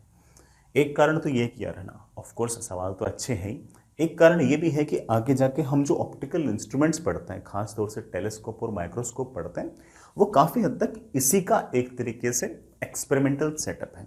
वहाँ पर कॉन्सेप्चुअली एक भी नई चीज़ नहीं आएगी, सिर्फ और सिर्फ एक तरीके से इसका एक्सपेरिमेंटल सेटअप जो है वही आपके माइक्रोस्कोप और टेलीस्कोप रहेंगे। तो फाइनल इमेज बड़ा यहाँ कहीं बन गई, इस वाले लेंस से 10 सेंटीमीटर दूर, और फाइनल रिफ्रैक्टेड रेज एक्चुअल में मीट कर रही हैं, इसलिए आप ऐसा कह सकते हो कि जो फाइनल इमेज है मेरे प्यारे बच्चों, आपके पास एक रियल इमेज है। ठीक है, ठीक। आई होप बेटा सब बच्चे बढ़िया से इस बात को समझ गए होंगे। चलिए बच्चों आगे चलते हैं, एक सवाल और करते हैं। सवाल बेटा बढ़िया है, इस बार लेंस और मिरर का कॉम्बिनेशन है। एक लेंस है, उसके आगे बेटा आपका एक मिरर है, इसका कॉम्बिनेशन है। आराम से देखते हैं। अगेन सवाल टफ है, लेकिन हमारे तो सिर्फ और सिर्फ एम जो है वो तो फॉर्मूले की प्रैक्टिस करना है ना। ठीक है, तो चलो करते हैं। हमारे पास ये एक ऑब्जेक्ट से 15 सेंटीमीटर दूर एक कन्वर्जिंग लेंस जिसकी फोकल लेंथ आपके पास 10 सेंटीमीटर, लेंस से 45 सेंटीमीटर दूर एक मेरे पास कॉनकेव मिरर पड़ा है जिसका रेडियस ऑफ कर्वेचर 20 सेंटीमीटर है। मुझसे पूछा है कि find position of final image. जो फाइनल इमेज बनेगी उसकी पोजीशन क्या होगी। पहले तो मैं ये सोचना पड़ेगा कि फाइनल इमेज का अर्थ क्या है। बेटा फाइनल इमेज का अर्थ ये है कि जितने भी आपके रिफ्लेक्शन जितने सब होने ना, उन सब के हो जाने के बाद जो लास्ट इमेज बनेगी वो निकालनी है। चेक करो कि इस ऑब्जेक्ट से निकली हुई रेस के साथ क्या क्या होगा। पहले लेंस से रिफ्रैक्शन होगा, फिर मिरर से रिफ्लेक्शन होगा, और जब रे वापस आएगी तो लेंस से फिर से रिफ्रैक्शन होगा। तो कुल मिलाकर मुझे 3 स्टेप नजर आ रहे हैं बेटा, कुल मिलाकर मुझे 3 स्टेप्स नजर आ रहे हैं। पहला रिफ्रैक्शन बाय लेंस, दूसरा है रिफ्लेक्शन बाय मिरर, आखिर में वापस से refraction by lens once again. क्योंकि बेटा रे यूं आएगी टकराकर वापस जाएगी, तो वापस जाते वक्त एक बार रिफ्रैक्शन फिर से होगा। एक बात है बेटा, जब पहली बार लेंस से रिफ्रैक्शन होगा तो ये वाले साइड प्लस, ये वाले साइड माइनस। जब मिरर से रिफ्लेक्शन होगा तो ऑफ कोर्स बेटा ये वाला साइड प्लस, ये वाला साइड माइनस। लेकिन जब रे पलट कर वापस आएगी ना, तब रे आ रही होगी इस तरफ, फिर मैं इस साइड को प्लस बोलूंगा और इस साइड को माइनस। तो थोड़ा साइन कन्वेंशन में हमें थोड़ा सा पॉज लेना पड़ सकता है, आराम आराम से करेंगे, कोई जल्दबाजी नहीं है।